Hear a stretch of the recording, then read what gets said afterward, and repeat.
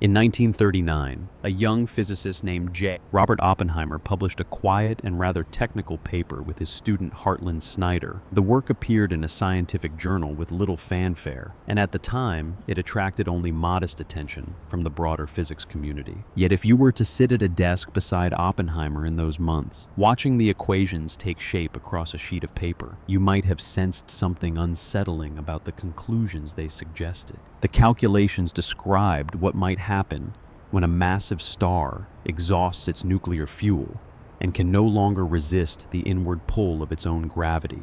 According to the mathematics, the star would begin to collapse, and under certain conditions that collapse would never stop. Matter would continue falling inward, compressing space itself, until the region became so dense that not even light could escape. For many physicists of that era, such an outcome seemed almost impossible to accept. Stars were familiar objects in the night sky, stable sources of light that appeared constant across generations. The idea that a star might collapse into a region from which nothing could return felt less like astronomy and more like an abstract puzzle of mathematics. Even Einstein, whose theory of gravity made such solutions possible, doubted that nature would truly allow them to occur. Yet the equations remained, quietly suggesting that the universe might contain places where gravity becomes overwhelming, where matter is crushed beyond imagination, and where the ordinary behavior of light and energy begins to change. As the 20th century progressed, astronomers began to notice strange signals arriving from space that seemed to hint at exactly such environments. Radio telescopes detected rhythmic pulses whose precision rivaled atomic clocks. Satellites designed to monitor nuclear explosions discovered sudden bursts of radiation from distant galaxies. Telescopes revealed compact sources emitting more energy than entire star systems. Slowly, piece by piece, scientists began to realize that the calm sky visible to the human eye concealed a far more extreme landscape. Somewhere in the depths of the universe were regions where gravity could trap light, where matter could be compressed into forms never seen on Earth, and where cosmic explosions could briefly outshine entire galaxies. How did scientists come to understand these extraordinary places, many of which cannot be seen directly? And what did these discoveries reveal about the deeper structure of the universe itself? On a quiet evening at the beginning of the 20th century, an astronomer standing inside the dome of a small observatory might have felt a deep sense of familiarity with the sky above. The great brass telescope would be pointed slowly toward the stars, its gears turning with patient precision as the Earth rotated beneath it. Outside the dome, the night would appear calm and unchanging. Constellations rose and fell in rhythms known for centuries. Orion climbed the winter sky, the Pleiades shimmered like distant frost, and the pale glow of the Milky Way stretched across the darkness in a faint river of light. To the observer looking upward, the universe seemed vast but steady, a quiet architecture of stars suspended in deep space. Even as scientific knowledge expanded through the 19th century, few astronomers imagined that this serene landscape might conceal places of extraordinary danger. The heavens appeared distant and cold, but not violent. The sky seemed stable,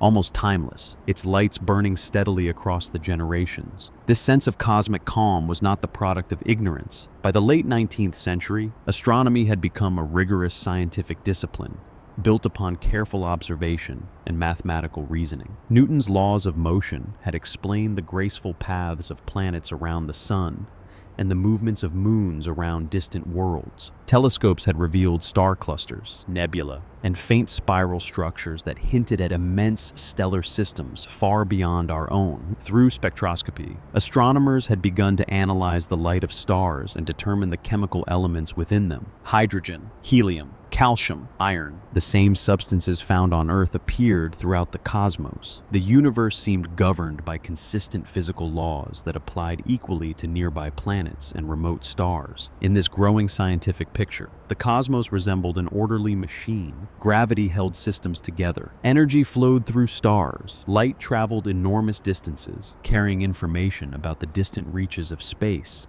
The universe was immense, but it appeared understandable. Imagine sitting beside one of those early astronomers as they studied a photographic plate under a dim lamp. The glass surface would be covered with tiny black points, marking the positions of stars captured during a long exposure. Each dot represented a distant sun whose light had traveled for years, centuries, or even millennia before reaching the telescope. By measuring the positions and brightness of those points, astronomers slowly constructed detailed maps of the heavens. They cataloged stars by the thousands, then by the millions. In the early 20th century, new observatories in California and Europe began producing photographs of extraordinary clarity, revealing galaxies far beyond the Milky Way. These discoveries expanded humanity's understanding of the universe enormously, yet they also reinforced a quiet assumption that had guided astronomy for generations. The cosmos might be immense and complex, but it was fundamentally stable. Stars burned slowly and steadily. Galaxies drifted across the void. The night sky, though filled with wonders, seemed largely peaceful. Part of this impression came from the limits of human observation. The telescopes of the 19th century were remarkable instruments, but they captured only a narrow slice of the electromagnetic spectrum. Astronomers observed the universe almost entirely through visible light, the same wavelengths that the human eye could perceive. The cosmos seen through those instruments was therefore a universe of gentle starlight and faint nebula. Invisible to those telescopes were powerful forms of radiation that would later transform astronomy. Radio waves, X-rays, and gamma rays remained undiscovered windows into the sky. Hidden within those unseen wavelengths were signals from some of the most energetic and dangerous environments in the universe. But in the early 20th century, those signals remained beyond the reach of science. The sky looked quiet because the instruments available to study it could only reveal a small portion of its true nature. The scientific theories of the time also encouraged a picture of cosmic stability. Gravity, as described by Isaac Newton more than 2 centuries earlier, behaved as a predictable force, acting between masses. It governed the motion of planets and stars with remarkable precision. Astronomers could calculate the orbit of a comet or the trajectory of a newly discovered planet using equations that had changed little since the 17th century. Under Newton's framework, gravity was powerful but orderly. It pulled objects together, shaping the motions of celestial bodies, but it did not appear capable of creating extreme distortions of space or matter. Stars were massive, certainly, but they were not expected to collapse catastrophically. The concept of an object whose gravity might trap light itself seemed far removed from the scientific imagination of that era. Another mystery, however, quietly lingered at the heart of stellar physics. Astronomers understood that stars emitted enormous amounts of energy, shining continuously for vast periods of time, but the true source of that energy remained unclear. Some scientists proposed that stars were powered by gravitational contraction, slowly shrinking as they radiated heat into space. Others speculated about chemical processes or unknown mechanisms that might sustain stellar luminosity. The modern theory of nuclear fusion had not yet been established. Without it, scientists could not fully explain how stars produce their light, nor could they determine what would happen when that energy source was eventually exhausted. In the absence of such knowledge, stars seemed almost eternal, objects whose lifetimes extended far beyond human experience. The deeper story of stellar birth, evolution, and death had not yet been written. If you had spoken with astronomers of that period, they might have described the universe as a place of slow change and steady motion. Novae occasionally appeared in the sky, briefly brightening before fading again. But these events were generally interpreted as disturbances rather than fundamental transformations of stars. Galaxies, newly recognized as enormous systems beyond our own Milky Way, seemed to drift through space at immense distances. Edwin Hubble's observations in the 1920s would soon reveal that the universe itself was expanding. But even that discovery suggested a gradual, cosmic evolution rather than sudden or catastrophic events. The prevailing scientific image of the cosmos remained one of quiet grandeur. It was vast, mysterious, and beautiful, but not especially dangerous. Then, in the midst of this intellectual landscape, a profound shift began to unfold within theoretical physics. In 1915, Albert Einstein introduced his theory of general relativity, a new description of gravity that departed dramatically from Newton's classical view. According to Einstein, gravity was not simply a force acting across empty space. Instead, massive objects altered the geometry of space and time themselves. The presence of mass curved the fabric of the universe, and objects moved along the paths created by that curvature. for physicists encountering this theory for the first time. The idea was both elegant and deeply unfamiliar. It required abandoning the intuitive notion of gravity as a simple pull between bodies and replacing it with a dynamic geometry of space itself. At first, the practical consequences of this new theory seemed subtle. General relativity explained small discrepancies in the orbit of Mercury that Newton's equations could not account for. It predicted that starlight would bend slightly when passing near the sun, an effect confirmed during a solar eclipse in 1919. These early successes established Einstein's theory as a powerful new framework for understanding gravity. Yet hidden within the mathematics were implications far more dramatic than anyone initially expected.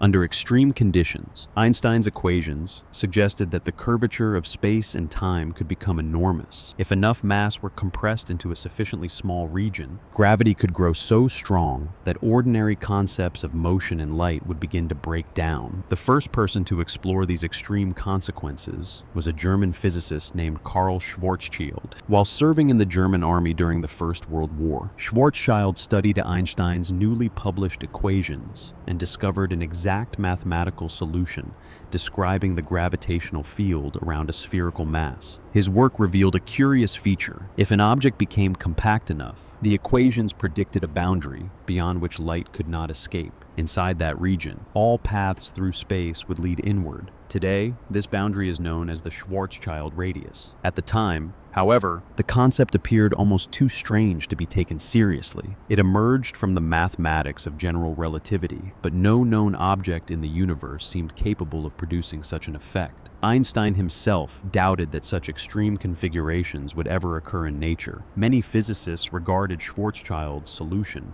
as an intriguing but unrealistic artifact of the theory. The universe, visible through telescopes, seemed far too gentle to produce regions where gravity could imprison light itself. For several decades, these ideas remained largely theoretical. They were discussed in academic journals and explored in mathematical calculations, but they had little connection to observational astronomy. The cosmos that astronomers observed still appeared peaceful. Stars shone quietly across the sky, and galaxies rotated in slow, majestic spirals. Yet beneath that calm appearance, the foundations of stellar physics were beginning to change. As quantum mechanics developed during the 1920s and 1930s, scientists began to understand how matter behaves under extreme pressure. New theories revealed that electrons resist compression due to a quantum mechanical effect known as degeneracy pressure. This insight provided a crucial explanation for the stability of certain dense stars known as white dwarfs. These stellar remnants, formed after a star exhausts its nuclear fuel, could support themselves against gravitational collapse through the pressure created by densely packed electrons. One young physicist became particularly fascinated by this problem. Subrahmanyan Chandrasekhar, working in the early 1930s, calculated the maximum mass that a white dwarf star could possess while remaining stable under electron degeneracy pressure. His calculations revealed a surprising limit. If a star's mass exceeded roughly 1.5 times the mass of our sun, electron degeneracy pressure would no longer be sufficient to halt gravitational collapse. In such cases, gravity would continue compressing the star beyond the white dwarf stage. Chandrasekhar's work hinted that some stars might experience far more dramatic endings than astronomers had previously imagined. At first, this conclusion was controversial. Many scientists found it difficult to accept that a star could collapse indefinitely under its own gravity. The idea seemed almost absurd, as though nature would somehow prevent such extreme outcomes. Yet the mathematics remained stubbornly clear. If the mass of a stellar remnant exceeded a certain threshold, gravity would inevitably dominate the internal pressure resisting collapse. Chandrasekhar's calculations suggested that the quiet sky might contain objects far denser than any previously known. As theoretical astrophysics advanced, scientists gradually realized that the life cycles of stars were far more complex than earlier generations had believed. Stars were not eternal lights suspended in space. They were evolving systems whose fate depended on their mass, composition, and internal physics. Some would end their lives gently as white dwarfs. Others might collapse further, producing new forms of matter under immense pressure. And under the most extreme circumstances, gravitational collapse might proceed without limit. These ideas remained largely theoretical during the early decades of the 20th century. Observational evidence for such extreme objects had not yet appeared. The night sky still looked calm to optical telescopes, yet the intellectual groundwork for a new understanding of the cosmos had already been laid. The first hints of a far more dramatic universe were emerging from the equations of gravity and the physics of stellar interiors. The maps of the heavens drawn by earlier astronomers had been remarkably accurate within the limits of their observations. They described the positions of stars, the shapes of galaxies, and the expansion of the universe itself. But those maps lacked the crucial dimension. They did not yet reveal the hidden regions where gravity becomes overwhelming, where matter is compressed to unimaginable densities, and where the familiar behavior of light and energy begins to change. In the decades that followed, new technologies and new observations would gradually uncover those regions. Radio telescopes would detect signals from rapidly spinning stellar remnants. Spacecraft would observe powerful bursts of high-energy radiation from distant galaxies. Astronomers would discover that at the centers of many galaxies lie objects whose gravity shapes the motion of entire star systems. The quiet sky had always concealed these environments. Humanity simply lacked the tools and ideas needed to recognize them. The first map of the universe had been drawn by generations of patient observers, studying the stars through optical telescopes. It revealed a cosmos of galaxies, nebulae, and distant suns, but it was only the beginning. Beyond the regions illuminated by visible light lay phenomena that would force scientists to rethink the nature of gravity, matter, and the structure of the universe itself. And as new instruments began to listen to the sky in ways no human eye ever could, the next generation of astronomers would start to hear signals that no one had expected. In the years following the First World War, the mathematical ideas introduced by Einstein began to settle slowly into the wider scientific community. They did not spread all at once, nor did they immediately replace the older ways of thinking about gravity. For many physicists and astronomers, Newton's description of the universe remained sufficient for most practical purposes. Planets still followed predictable orbits. Stars still moved through the galaxy in ways that could be calculated with familiar equations. Yet for a smaller group of researchers, general relativity opened a door that led towards something less intuitive. It suggested that the structure of the universe itself might behave differently under conditions far removed from everyday experience. If you imagine sitting in a quiet office in the 1920s, perhaps with a chalkboard filled with symbols that curve and twist across its surface, you begin to sense how distant this new theory must have felt from the observational routines of astronomy. The sky still looked calm, but the equations describing it were beginning to hint at deeper possibilities. At first, these possibilities revealed themselves in subtle ways. One of the earliest confirmations of Einstein's theory came from the observation that light could bend when it passed near a massive object. During the solar eclipse of 1919, astronomers carefully measured the positions of stars near the sun's edge and found that their apparent locations shifted slightly, just as relativity predicted. The effect was small, almost delicate, but its implications were significant. It meant that gravity could influence light itself, not by pulling it in a conventional sense, but by altering the path through which light traveled. Space was no longer a passive stage on which events unfolded. It was an active participant, shaped by the presence of mass and energy. For many scientists, this realization marked the beginning of a new way of thinking about the universe. Yet even then, the full consequences of this idea were not immediately clear. As researchers continued to explore Einstein's equations, they encountered solutions that described conditions far beyond anything observed in nature. These solutions were not speculative additions to the theory. They emerged naturally from its structure, as if the mathematics itself was quietly revealing the limits of what gravity could do. Carl Schwarzschild's work was among the first to hint at these extremes, but others soon followed. In academic journals and university seminars, physicists began discussing scenarios in which matter could be compressed to extraordinary densities. Under such conditions, the curvature of space would become so intense that ordinary concepts of distance and time would begin to lose their meaning. These ideas were difficult to visualize, and even more difficult to accept as physical realities. The universe that astronomers observed still appeared too gentle to produce such phenomena. Yet the mathematics remained consistent, offering no obvious reason to dismiss these solutions as mere abstractions. For a time, this gap between theory and observation created a quiet tension within physics. On one side stood the equations of general relativity, suggesting that extreme gravitational environments were not only possible but inevitable under certain conditions. On the other side stood the observational evidence, which seemed to show a stable and orderly cosmos. Bridging that gap required more than mathematical insight. It required a deeper understanding of how stars behave over time and what might happen when their internal structures could no longer support them against the pull of gravity. This question gradually drew the attention of physicists, who were beginning to explore the emerging field of stellar evolution. During the 1920s and early 1930s, scientists began to piece together a more complete picture of how stars generate energy. The discovery that nuclear processes power stellar luminosity transformed astrophysics. It revealed that stars are not eternal objects, but systems that evolve over time as they convert lighter elements into heavier ones. This realization carried an important implication. If stars have a source of energy, then that source can eventually be exhausted. When it is, the balance between outward pressure and inward gravity must change. The star can no longer maintain the same structure it once had. It must evolve into a new state. For many astronomers, this idea marked a turning point. It suggested that the quiet lights in the sky were part of a dynamic process, one that could lead to dramatic transformations under the right conditions. As scientists explored these possibilities, they began to focus more closely on the role of gravity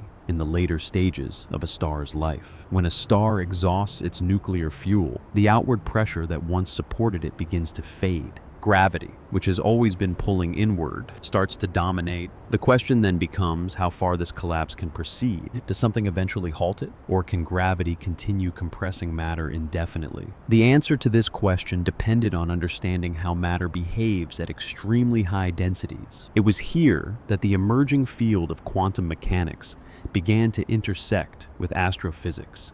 In a meaningful way, quantum theory introduced a set of principles that differed sharply from classical physics. Among them was the idea that particles such as electrons cannot occupy identical states when confined within a small volume. This restriction creates a pressure that resists further compression, even in the absence of thermal energy. For white dwarf stars, this electron degeneracy pressure provides a mechanism that can counteract gravity after nuclear fusion has ceased. It allows these stars to remain stable despite their high densities. But this stability has limits. If the mass of a stellar remnant becomes too great, the pressure generated by electrons is no longer sufficient to resist gravitational collapse. Chandrasekhar's work had already hinted at this limit, but its broader implications became clearer as scientists considered what might happen beyond it. If a star's mass exceeds the threshold for white dwarf stability, then gravity must continue compressing it further. At these higher densities, new physical processes begin to emerge.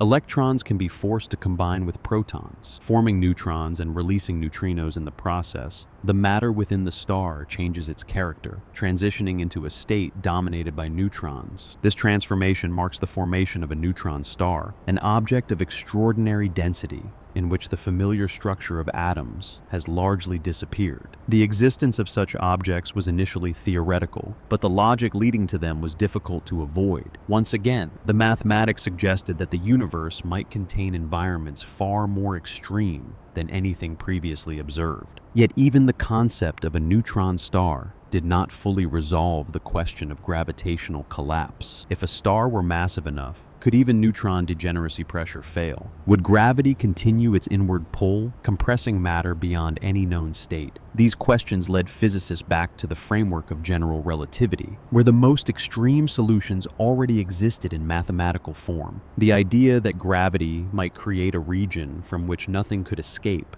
began to reappear, not as an isolated curiosity, but as a natural consequence of stellar evolution under certain conditions. The border between stable matter and unstoppable collapse was beginning to take shape. though it remained largely invisible to direct observation. During this period, the scientific community did not immediately embrace these ideas. Many researchers approached them with caution, aware that theoretical predictions must ultimately be tested against empirical evidence. Others found the implications difficult to reconcile with their intuition about how nature should behave. The notion that a star could collapse indefinitely, or that space itself could form a kind of trap for light, challenged deeply held assumptions about the structure of the universe. Yet the growing body of theoretical work could not be easily dismissed. Each new calculation reinforced the possibility that gravity, under extreme conditions, could lead to outcomes far beyond the familiar. At the same time, advances in observational astronomy were beginning to hint at phenomena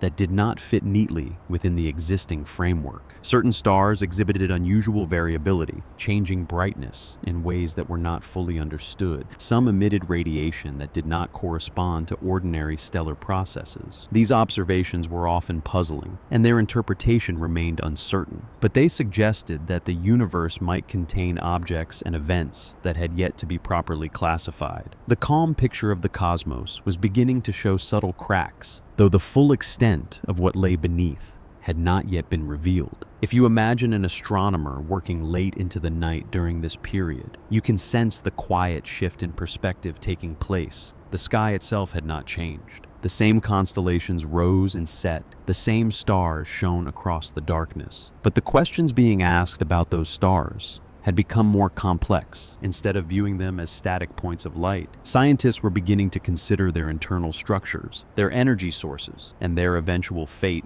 The universe was no longer a fixed arrangement of celestial objects. It was a system in motion, governed by processes that unfolded over immense spans of time. Within this evolving picture, gravity took on a new significance. It was no longer simply the force that held planets in orbit or kept galaxies bound together. It became a key driver of transformation, capable of reshaping matter and altering the very structure of space and time. The border where gravity changes everything was not a single location in the universe. It was a threshold defined by conditions, a point at which familiar physics gives way to something more extreme. Crossing that threshold leads to environments where light bends dramatically, where time flows differently, and where matter exists in forms that challenge ordinary understanding. As the 1930s drew to a close, the theoretical groundwork for these ideas had been largely established. Scientists had begun to understand how stars evolve, how quantum mechanics influences dense matter, and how general relativity describes the behavior of gravity under extreme conditions. Yet the full implications of these insights had not yet been realized. The most dramatic consequences remained just beyond the edge of observation, waiting for new instruments and new methods to bring them into view. The map of the universe was expanding, but its most extreme regions were still only partially understood. The next step in this journey would not come from theory alone. It would require confronting the possibility that the most radical predictions of physics might correspond to real objects in the cosmos. And as the scientific community moved toward that realization, one idea in particular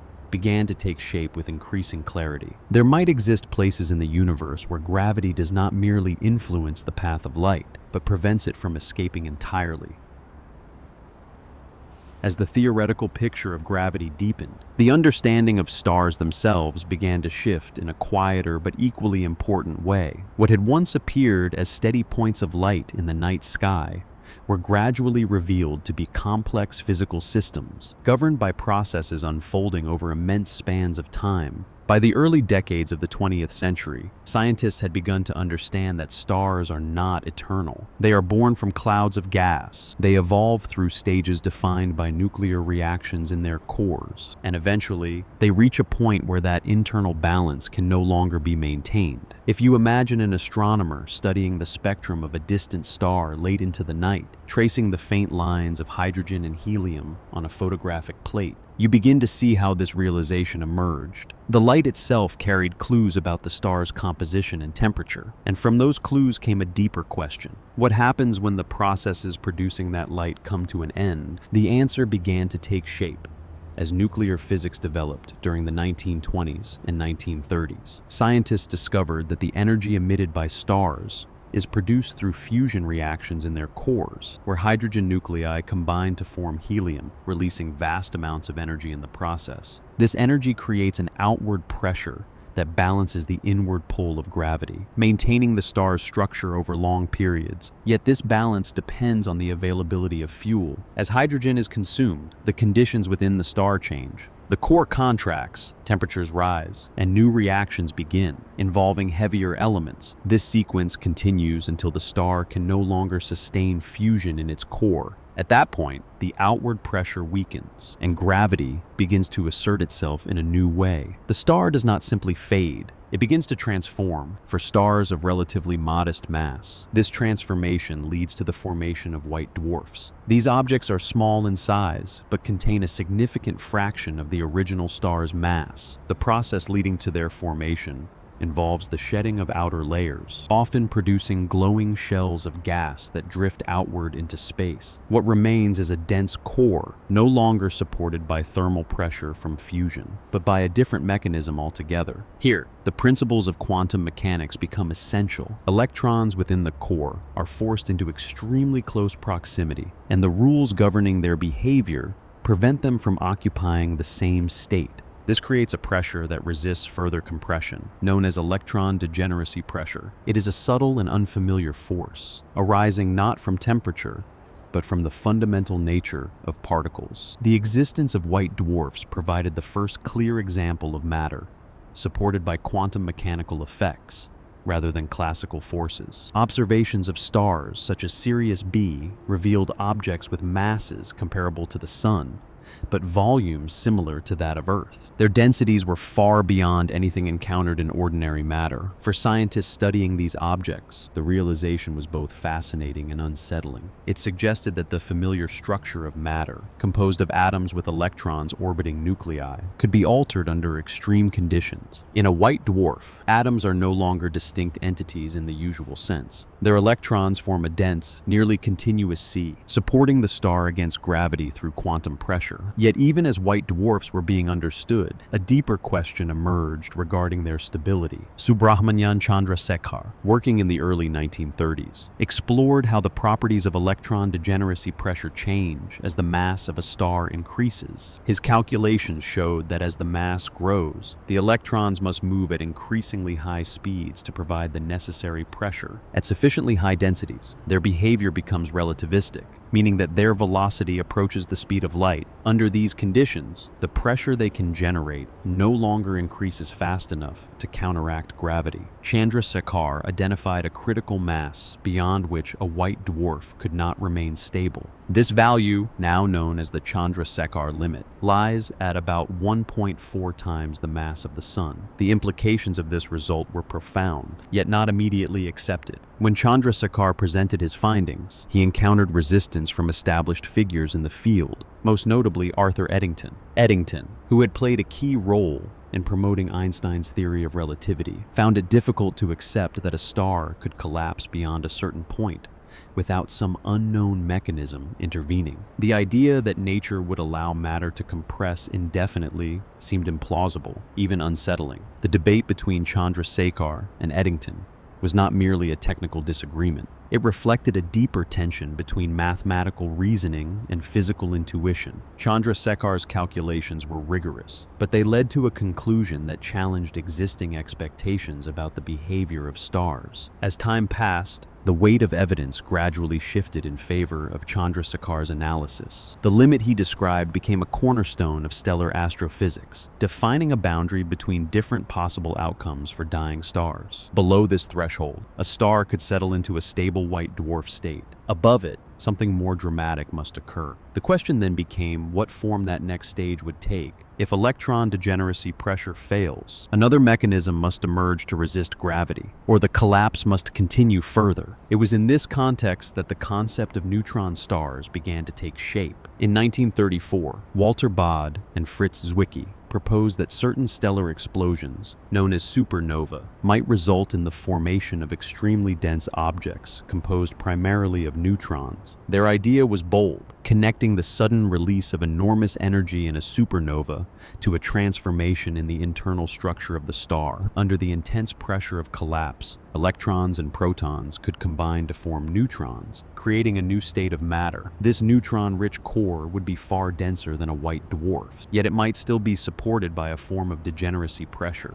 this time involving neutrons rather than electrons. At the time, this proposal remained speculative. The physics of neutron-rich matter was not yet fully understood, and no direct observational evidence for neutron stars existed. Yet the logic behind the idea was compelling. If matter could exist in a state where atomic structure is effectively destroyed, then gravity could compress a stellar core to densities far beyond those found in white dwarfs. The existence of such objects suggested that the universe contained environments where the familiar boundaries of matter break down. The concept of a star had to be redefined. It was no longer simply a sphere of glowing gas, but a system capable of evolving into forms that challenge ordinary experience. As scientists explored these possibilities, they began to consider the full sequence of events that might occur during the death of a massive star. When nuclear fusion ceases, the core collapses under gravity, triggering a shock that can eject the outer layers in a supernova explosion. The energy released in such an event is immense, briefly outshining entire galaxies. What remains after the explosion depends on the mass of the core. If it falls within a certain range, it may stabilize as a neutron star. If it exceeds that range, the question becomes more difficult. Can even neutron degeneracy pressure halt the collapse? Or does gravity continue to compress matter beyond any known state? The exploration of this question brought scientists back once again to the framework of general relativity. If no known form of pressure can counteract gravity, then the collapse must proceed further, leading to conditions where the curvature of space and time becomes extreme. The theoretical work of Oppenheimer and Snyder in 1939 provided one of the first detailed analyses of this process. Their calculations showed that a sufficiently massive star could collapse in such a way that it forms a region from which no light can escape. The surface of the collapsing star approaches a boundary where time, as seen by an external observer, appears to slow down dramatically. Beyond this boundary, the usual description of events breaks down. At the time, this idea remained deeply abstract. The term black hole had not yet been coined, and the physical interpretation of such objects was still uncertain. Many scientists regarded these solutions as mathematical curiosities rather than real entities. The observational evidence needed to confirm their existence was still lacking. Yet the conceptual pathway leading to them had become difficult to ignore, starting from the life cycle of stars, through the limits of quantum pressure, and into the realm of relativistic gravity. The reasoning pointed toward a conclusion that the universe might contain regions where collapse does not stop. For astronomers observing the sky, this realization marked a subtle but significant shift. The stars that once seemed stable and enduring were now understood to be temporary phases in a larger process. Their deaths were not quiet endings, but transformations that could lead to some of the most extreme conditions in the universe. The sky, which had long appeared as a peaceful arrangement of lights, was now recognized as a dynamic environment shaped by cycles of creation and destruction. Each star carried within it the possibility of becoming something far denser and more mysterious. If you imagine looking up at the night sky with this new understanding, the familiar constellations begin to take on a different meaning. Behind the steady light of each star lies a history of nuclear reactions and gravitational balance, and ahead of it lies an uncertain future shaped by the same forces. Some stars will end quietly as white dwarfs, fading slowly over billions of years. Others will explode, leaving behind neutron stars, or perhaps something even more extreme. The sky remains visually unchanged, but its underlying reality has become far more complex. The graveyard of ordinary stars is not a single location in space, but a stage in the life cycle of the cosmos. It represents the point at which familiar forms of matter give way to new and unfamiliar states, where gravity begins to dominate over all other forces. In this graveyard, the remnants of stars become laboratories for understanding the limits of physics. They reveal how matter behaves under conditions that cannot be reproduced on Earth, and they provide clues about the deeper structure of the universe. As these ideas took shape, They prepared the way for a new kind of discovery, one that would move beyond theory and into observation. The existence of white dwarfs and neutron stars would eventually be confirmed, linking the predictions of physics to real objects in the sky. And as instruments improved, astronomers would begin to detect signals from these remnants, providing direct evidence of their properties. The theoretical graveyard would become an observable part of the cosmos. Yet even within this growing understanding, one possibility remained at the edge of scientific thought. If gravity could overcome both electron and neutron degeneracy pressure, then collapse might continue beyond any stable state of matter. The equations of general relativity allowed for such a scenario, but its physical reality was still uncertain. It pointed toward a kind of object that had not yet been observed, one that would redefine the concept of a star's end. And as the next phase of discovery unfolded, scientists would begin to confront that possibility more directly, following the logic of collapse to its ultimate conclusion. By the late 1930s, the intellectual path leading from stellar evolution to gravitational collapse had become difficult to ignore. Yet it remained incomplete in a crucial way. Scientists could describe how stars exhaust their fuel, how their cores contract, and how quantum pressure might support them in certain cases. They could even calculate the conditions under which that support would fail. But what lay beyond that failure was still uncertain, not because the mathematics was unclear, but because its implications were so difficult to accept. If you imagine a physicist at that time, surrounded by notebooks filled with equations, the problem was not a lack of answers. It was a hesitation to believe what those answers suggested. The idea that nature might permit a form of collapse from which nothing could escape did not fit comfortably within the existing picture of the universe. This hesitation can be understood as part of a broader pattern in the history of science. New theories often extend beyond what can be directly observed, proposing possibilities that challenge established intuition. In the case of gravitational collapse, the challenge was particularly profound. General relativity had already shown that space and time are not fixed, but dynamic and responsive to mass. Yet the theory also implied that under extreme conditions, this dynamic structure could become so distorted that familiar concepts break down entirely. Light, which had long been considered the ultimate carrier of information, might fail to escape from a sufficiently strong gravitational field. For scientists trained to think of light as the boundary of what can be observed, this was a difficult notion to integrate into a physical theory. The work of Oppenheimer and Snyder in 1939 marked a turning point in this discussion. Even though its significance was not fully recognized at the time, their analysis considered a simplified model of a massive star collapsing under its own gravity, using the equations of general relativity to describe the process. What they found was not a chaotic or unpredictable outcome, but a precise and consistent evolution toward a state where the escape of light becomes impossible. As the star contracts, the gravitational field at its surface grows stronger, and the paths that light can take become increasingly curved. From the perspective of a distant observer, the collapse appears to slow down as the star approaches a critical radius. Light emitted from its surface becomes progressively redshifted, fading into longer wavelengths and diminishing in intensity. This apparent slowing is not an illusion in the usual sense, but a consequence of how time is measured in a curved space-time. Clocks near the collapsing surface run more slowly relative to those far away, so the signals they emit take longer to reach an external observer. As a result, the surface of the star seems to freeze at the edge of visibility, never quite crossing the boundary that defines complete collapse. Yet within the star, from the perspective of matter falling inward, the process continues. The collapse proceeds to completion, forming a region from which no information can escape. The distinction between these two perspectives, one external and one internal, became one of the most intriguing features of the theory. Despite the clarity of the mathematics, the physical interpretation of this process remained uncertain for many years. Some scientists viewed the apparent freezing of the collapsing surface as evidence that such objects could not fully form in reality. Others suggested that unknown physical processes might intervene, preventing the collapse from reaching its predicted endpoint.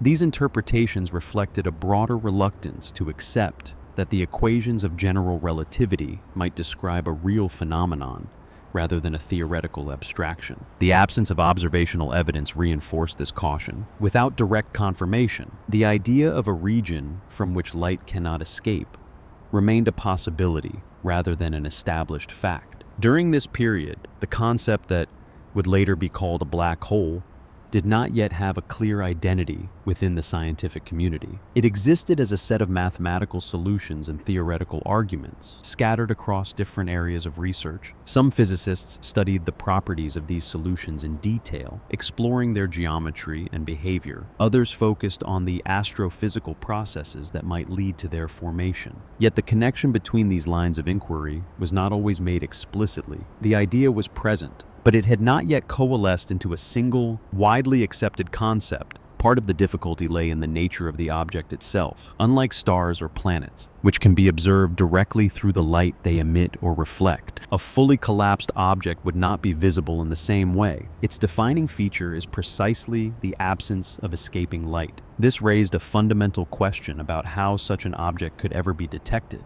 If it does not emit light, and if it prevents light from leaving its vicinity, then its presence must be inferred indirectly. This requirement placed it outside the usual methods of astronomical observation, making it harder to incorporate into the existing framework of the field. At the same time, the broader context of science and society influenced how these ideas were received. The late 1930s and 1940s were marked by global conflict and rapid technological change. Scientific research was often directed toward practical applications, particularly in physics, where developments in nuclear theory and particle physics were closely tied to wartime efforts. In this environment, the abstract questions of relativistic astrophysics did not always receive sustained attention. The study of gravitational collapse continued, but it did so in a quieter corner of the scientific world, without the immediate urgency that drove other areas of research. Yet even in this quieter setting, the implications of the theory continued to develop. As mathematicians and physicists examined the structure of these solutions, they began to identify features that would later become central to the concept of black holes. The idea of an event horizon, a boundary beyond which events cannot influence an external observer, emerged as a key element.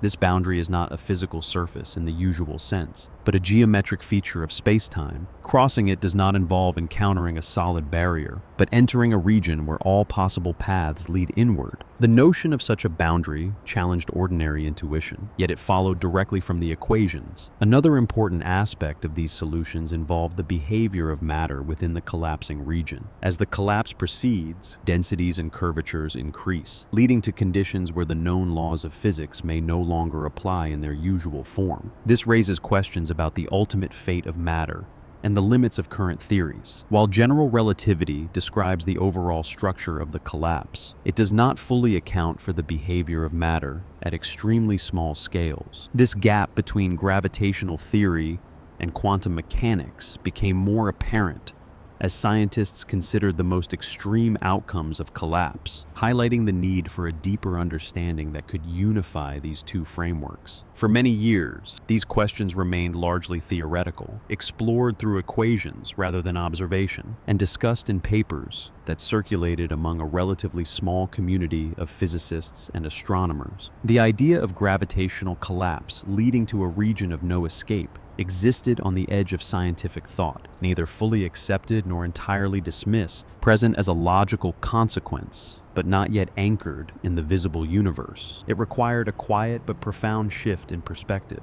a willingness to consider that the universe might contain phenomena that do not fit within the familiar categories of observation, and that some aspects of reality might only be approached through reasoning before they could ever be seen. This shift did not happen all at once. It unfolded slowly, almost imperceptibly, as new insights accumulated and as the limitations of existing models became more apparent, each step adding a small layer of acceptance without fully resolving the discomfort that accompanied the idea. If you imagine returning once more to the observatory dome of the early 20th century, the sky would still appear unchanged, as if untouched by these emerging theories. The same stars would shine with their steady light, and the same constellations would trace their familiar paths across the night, moving in rhythms that had guided human observation for generations. Nothing in that quiet scene would suggest that the underlying interpretation had begun to shift, yet the meaning of that sky had already started to change, not in appearance but in understanding. Behind the steady light of each star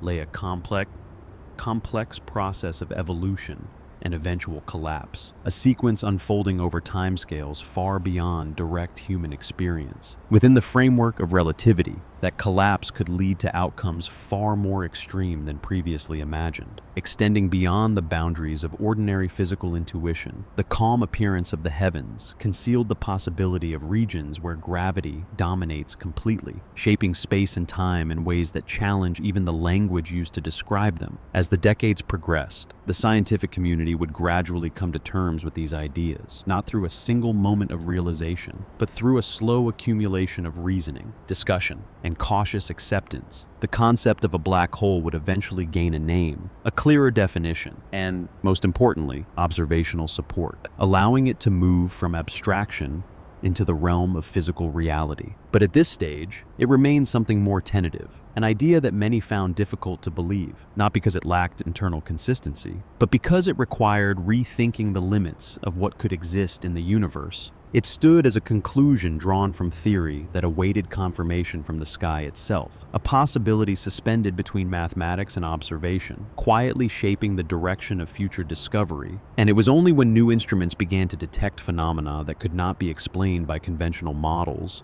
that this idea started to move from the margins of theory toward the center of astrophysics.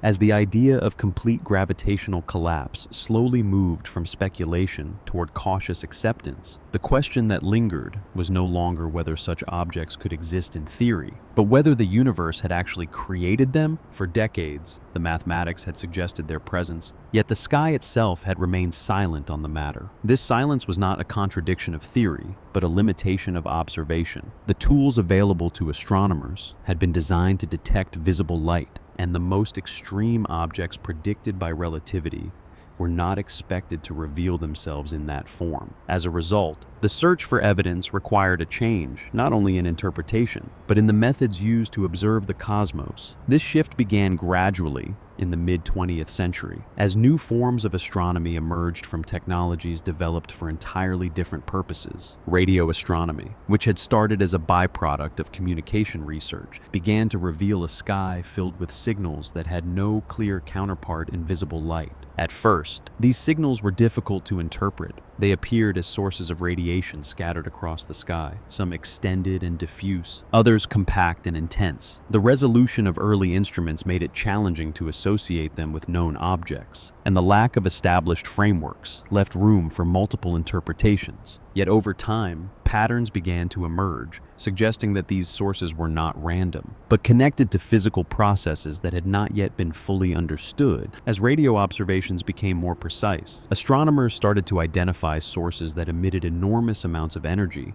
from relatively small regions. These objects did not behave like ordinary stars, nor did they fit easily into the existing categories of galaxies or nebula. Some were found at great distances, their signals traveling across vast stretches of space before reaching Earth. When their properties were analyzed, it became clear that they must be powered by processes far more energetic than typical stellar activity. This raised a new question. What kind of mechanism could produce such intense emission without requiring an equally large visible structure? The answer began to take shape through a combination of observation and theoretical insight. In the early 1960s, astronomers identified a class of objects that appeared star-like in optical images but exhibited unusual spectral features. These objects, later called quasars, displayed redshifts indicating that they were located at immense distances, implying that their luminosity was extraordinarily high. The energy output of a single quasar could exceed that of an entire galaxy, yet its apparent size was extremely small. This combination of high energy and compact scale suggested that the source of this emission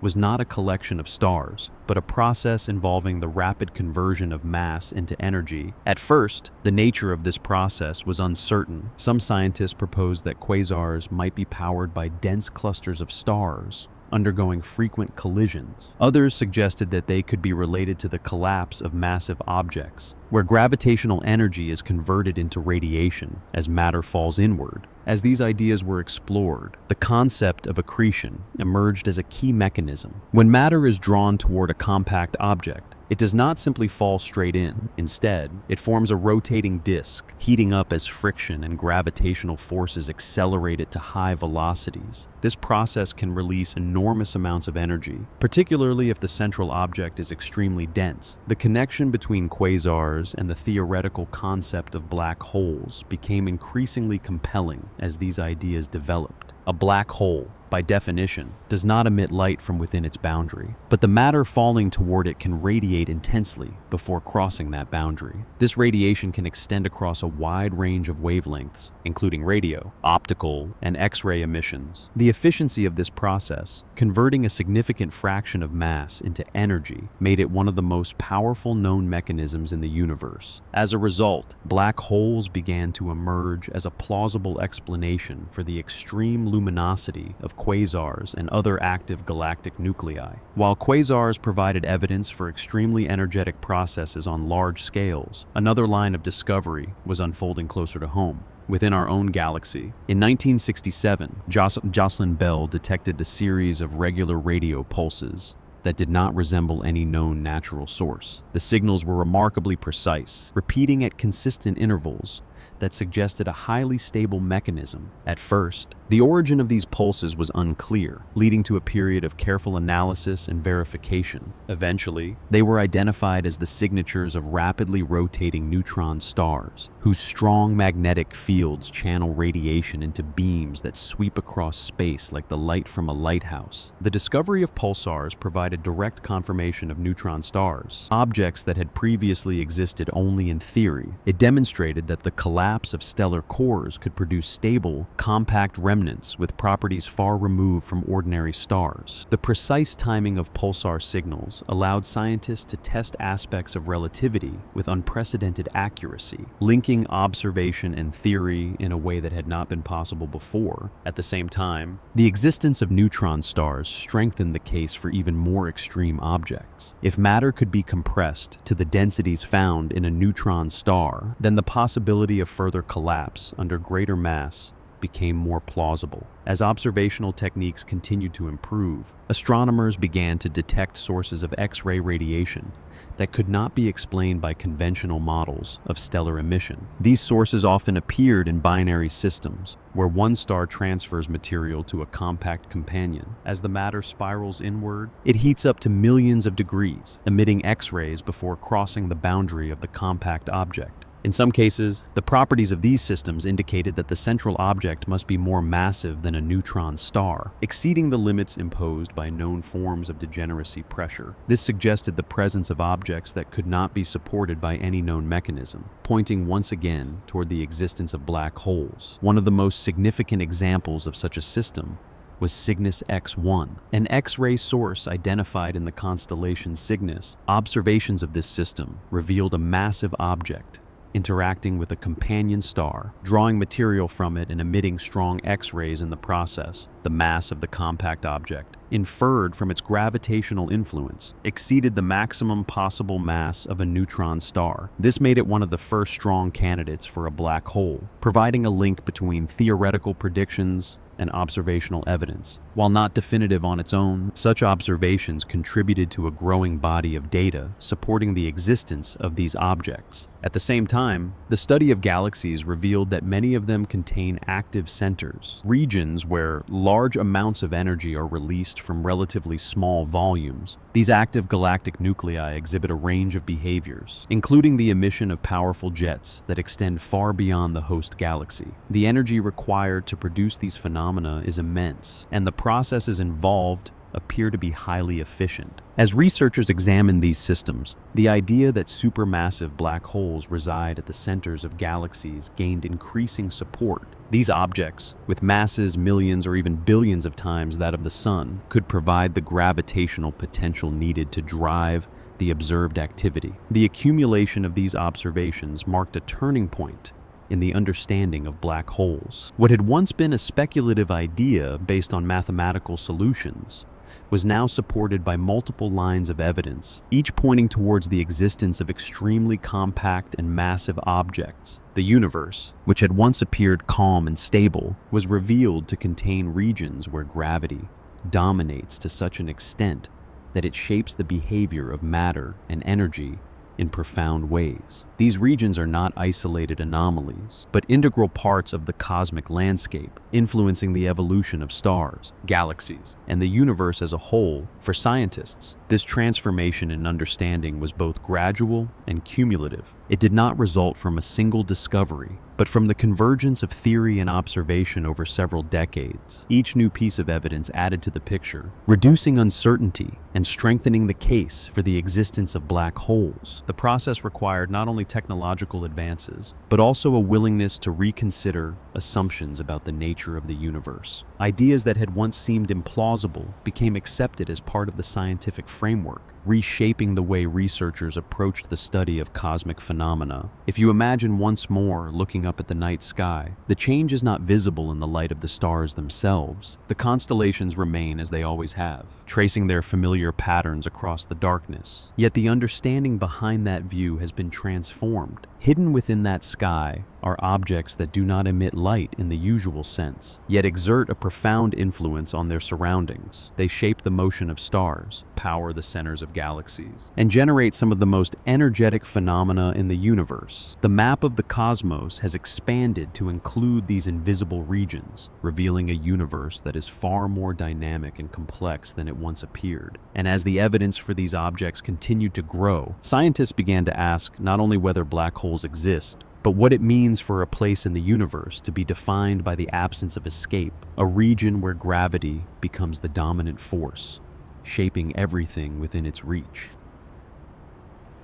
As the understanding of gravitational collapse and compact objects deepened, scientists began to realize that the most dangerous regions of the universe are not defined only by gravity itself, but by what gravity makes possible. The same processes that draw matter inward also accelerate it, compress it, and heat it to extraordinary extremes. As a result, regions surrounding compact objects became sites of intense radiation, environments where energy is released in forms that are invisible to the human eye, yet profoundly destructive to matter and life. This shift in perspective marked an important development in astrophysics, as attention moved beyond the structure of these objects toward the conditions they create in their surroundings. It was no longer enough to ask what a black hole is, or how a neutron star forms. The more pressing question became, what happens in the space around them, where matter is subjected to forces that exceed anything found in ordinary environments? At first, the study of these high-energy environments was limited by the same observational constraints that had delayed the discovery of black holes themselves. The Earth's atmosphere, while essential for life, absorbs most forms of high-energy radiation, including X-rays and gamma rays. This meant that the most energetic processes in the universe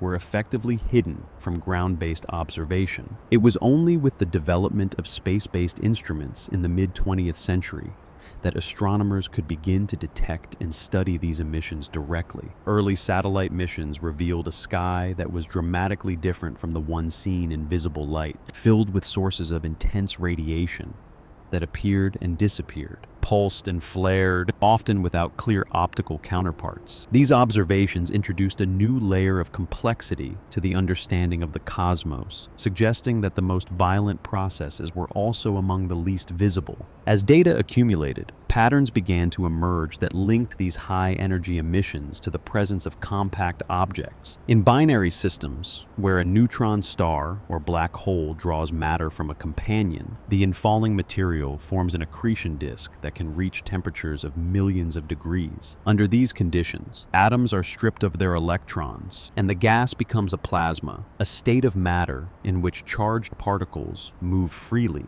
and interact through electromagnetic forces. The motion of this plasma, combined with strong gravitational fields, leads to the emission of X-rays and gamma rays, carrying energy away from the system. This radiation is not merely a byproduct, but a key part of the process, allowing scientists to infer the presence and properties of objects that cannot be observed directly. In this way, the study of radiation became a bridge between theory and observation, revealing the invisible through its effects. The nature of this radiation also revealed something fundamental.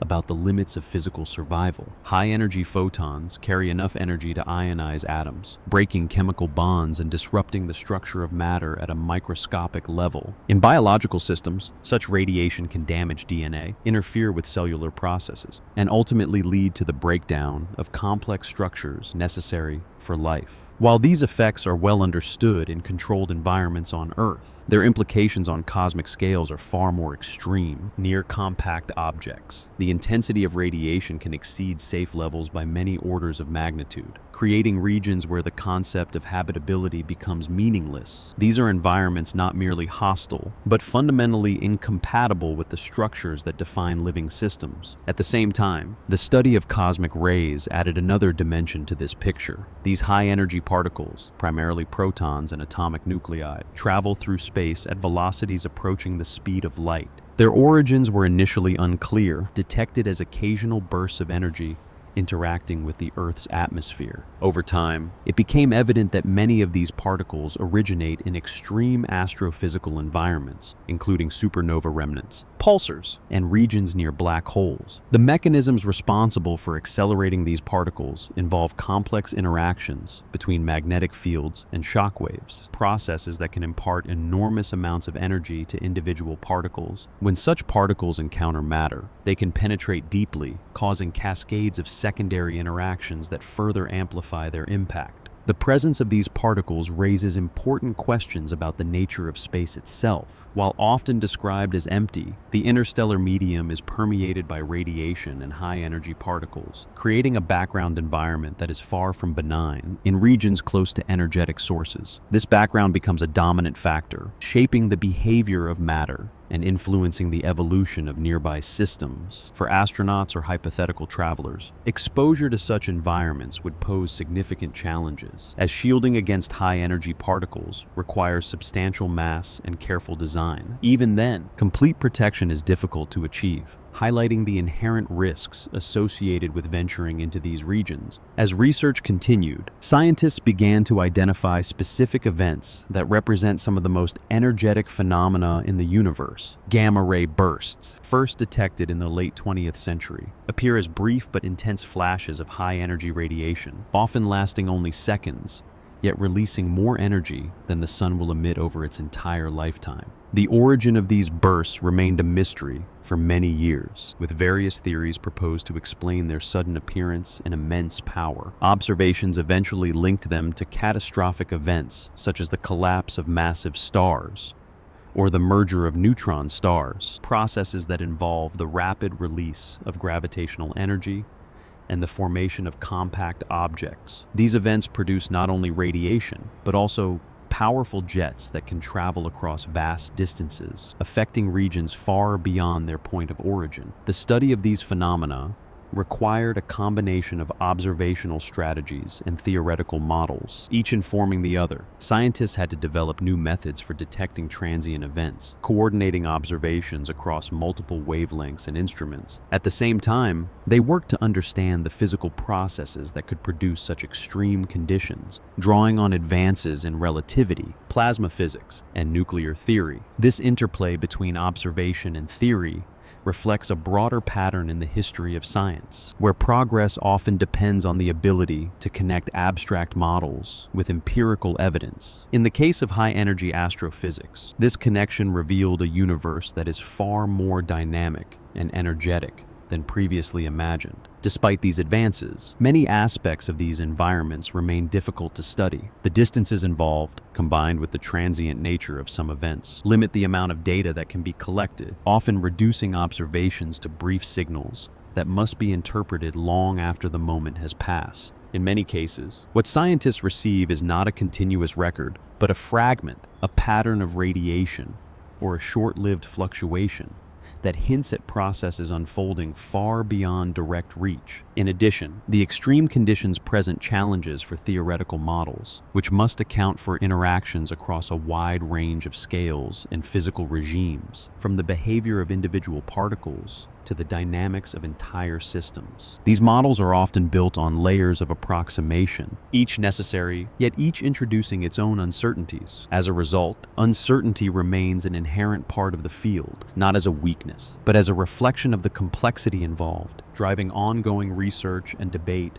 Different models may explain certain observations while failing to account for others, leading to a process of refinement and revision that continues to shape the understanding of these phenomena, where progress is measured not by final answers, but by increasingly consistent explanations. What emerges from this body of work is a picture of the universe in which danger is not confined to isolated regions, but arises from fundamental physical processes that operate across many scales, quietly and continuously shaping the environment. Gravity, electromagnetism, and nuclear forces interact to produce conditions that can vary dramatically depending on context, creating environments that are both fascinating and destructive, often at the same time. These forces do not act in isolation, but combine in ways that amplify their effects, pushing matter and energy into regimes where familiar behavior no longer applies. What may appear stable on one scale can become unstable on another, and what seems empty can in fact be filled with invisible activity. These processes are not anomalies, but integral aspects of the cosmos, shaping its structure and evolution over time, influencing everything from the life cycle of stars to the behavior of entire galaxies. In this sense, the deadliest places in the universe are not defined solely by their location, but by the conditions they embody, conditions that arise naturally from the laws of physics and emerge wherever those laws are allowed to operate without restraint. If you imagine moving closer to one of these regions, the experience would not be marked by a sudden boundary, but by a gradual intensification of effects, a slow transition rather than a sharp threshold. At first, the changes might be subtle, detectable only through instruments designed to measure what cannot be seen directly. Radiation levels would increase, not all at once, but steadily. As the environment shifts from one regime to another, particles would become more energetic, their interactions more frequent and more forceful, altering the balance of forces that govern their behavior. Over time, the behavior of matter would begin to diverge from familiar patterns, no longer following the expectations formed in more stable conditions. Instruments would register these changes long before any visible indication appeared, revealing a transition from ordinary space into an environment governed by extreme conditions, where the rules are the same, but their consequences are magnified. This gradual shift underscores an important aspect of these phenomena, that they are not isolated anomalies, but part of a continuum that extends across the universe, connecting the familiar to the extreme through a series of subtle, unfolding changes. And as scientists continue to study these environments, they are not only uncovering the mechanisms that make them so dangerous, but also gaining insight into the fundamental processes that shape the cosmos itself, leading naturally into a deeper exploration of how space and time behave under the most extreme conditions imaginable. As the study of radiation in extreme environments expanded, a deeper realization began to take shape within the scientific community, one that extended beyond the physical effects of energy and matter. It became increasingly clear that the most dangerous regions of the universe are not only hostile in a material sense, but also challenge the very structure of reality itself. The presence of intense gravitational fields, especially near compact objects, does not simply alter motion or energy, but reshapes the fabric of space and time in ways that depart from ordinary experience. This insight, rooted in the framework of relativity, introduced a new dimension to the concept of danger, one that is not defined by temperature or radiation alone, but by the transformation of the underlying geometry in which all physical processes occur. In these regions, familiar ideas such as distance, duration, and simultaneity begin to lose their intuitive meaning, replaced by relationships that can only be fully understood through careful reasoning and mathematical description. At first, these ideas remained largely within the realm of theory, emerging from equations that described how mass and energy influence the curvature of space-time. Scientists working in the early 20th century, building on the work of Einstein, explored the implications of these equations and discovered solutions that suggested the existence of regions where this curvature becomes extreme. Among these solutions were configurations in which space and time are so strongly distorted that all possible paths lead inward. preventing any form of escape. While these results were mathematically consistent, they were also difficult to interpret physically, raising questions about whether they represented real objects or merely artifacts of the equations. Over time, however, as observational evidence accumulated for compact objects and high-energy environments, these theoretical solutions began to acquire a new significance, linking abstract mathematics to the structure of the universe itself. As researchers examined these solutions more closely, they encountered the concept of the event horizon, a boundary that marks the point beyond which information cannot return. This boundary is not a physical surface in the conventional sense, but a feature of space-time geometry, defined by the paths that light and matter can follow. Approaching this boundary, an external observer would perceive time to slow down for an object moving inward, as signals emitted from that object become increasingly delayed and redshifted. From the perspective of the object itself, however, the passage across this boundary would occur without any sudden change, highlighting the relative nature of time and observation in these environments. This contrast between perspectives illustrates one of the key insights of relativity, that measurements of time and space depend on the frame of reference, and that extreme conditions can reveal differences that are otherwise imperceptible. The implications of this behavior extend beyond the motion of individual objects, affecting the way information is transmitted and perceived. In regions of strong gravitational curvature, signals are stretched and weakened as they climb out of the gravitational well, altering their frequency and intensity. This effect, known as gravitational redshift, provides a direct link between the geometry of space-time and observable phenomena, allowing scientists to test theoretical predictions through measurement. Over time, such observations have confirmed the presence of strong gravitational fields in various astrophysical contexts, reinforcing the connection between theory and reality. At the same time, they have highlighted the challenges involved in interpreting data from these regions, where multiple effects can combine in complex ways, making it difficult to isolate individual contributions. As attention turned toward the interior of these objects, the limitations of current understanding became more apparent.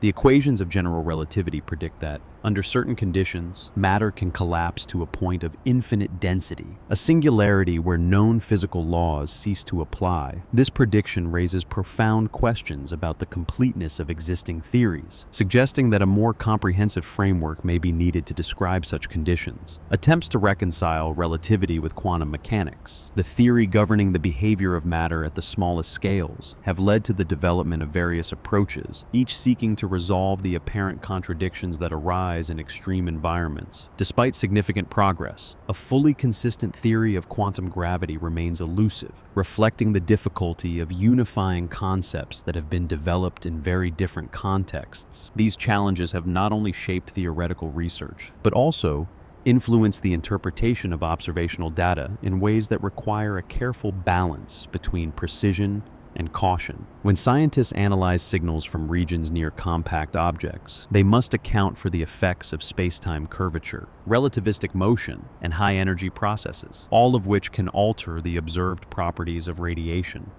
before it reaches the instruments designed to detect it. The signal that is recorded is therefore not a direct representation of the source, but the result of multiple layers of transformation that must be carefully reconstructed. This requires sophisticated models and computational methods, as well as careful consideration of uncertainties and alternative explanations that may account for the same set of observations. Researchers must continually evaluate how each assumption within a model influences the outcome, recognizing that small differences in interpretation can lead to significantly different conclusions. In many cases, multiple models can reproduce the same observations, leading to ongoing debate and refinement as new data becomes available and as existing data is reanalyzed with improved techniques. Rather than indicating confusion, this overlap reflects the complexity of the phenomena being studied, where different approaches can capture different aspects of the same underlying process. As a result, progress often depends on comparing these models, identifying where they agree and where they diverge, and gradually narrowing the range of plausible explanations. This process reflects a broader pattern in science, where understanding advances through the gradual elimination of possibilities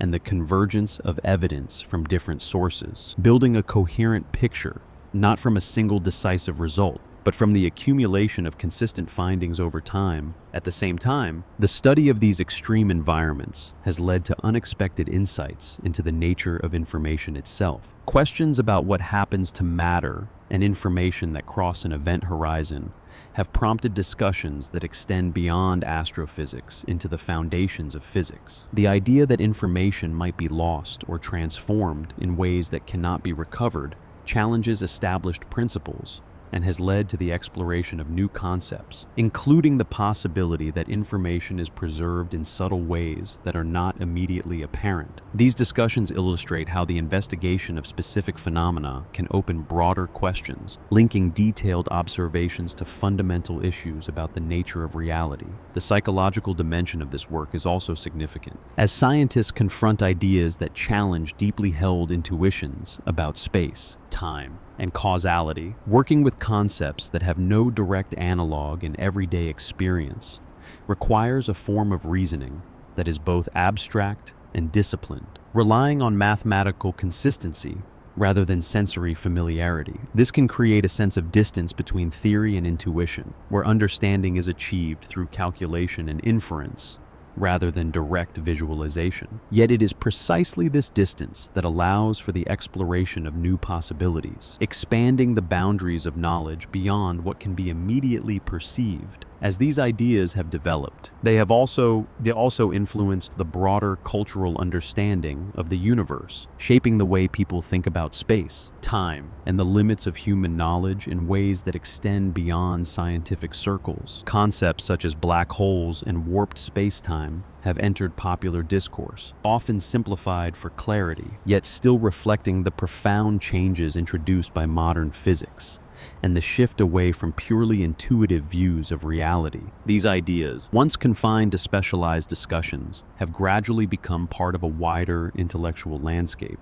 appearing in education, literature, and public imagination. Even when simplified, they carry with them an implicit recognition that the universe operates according to principles that are not always aligned with everyday experience. This interaction between scientific research and cultural interpretation highlights the wider impact of these discoveries, extending their significance beyond the scientific community and into a broader reflection on how knowledge itself is formed and understood. In practical terms, the study of extreme space-time conditions has led to new methods and technologies, from advanced telescopes to sophisticated computational tools, each designed to probe deeper into the structure of the universe and to capture signals that would otherwise remain undetected. These instruments do not simply extend human vision, but translate forms of energy into data that can be analyzed and interpreted, allowing scientists to reconstruct events and environments that cannot be observed directly. As these capabilities have improved, they have expanded the range of observable phenomena, allowing scientists to test theories with increasing precision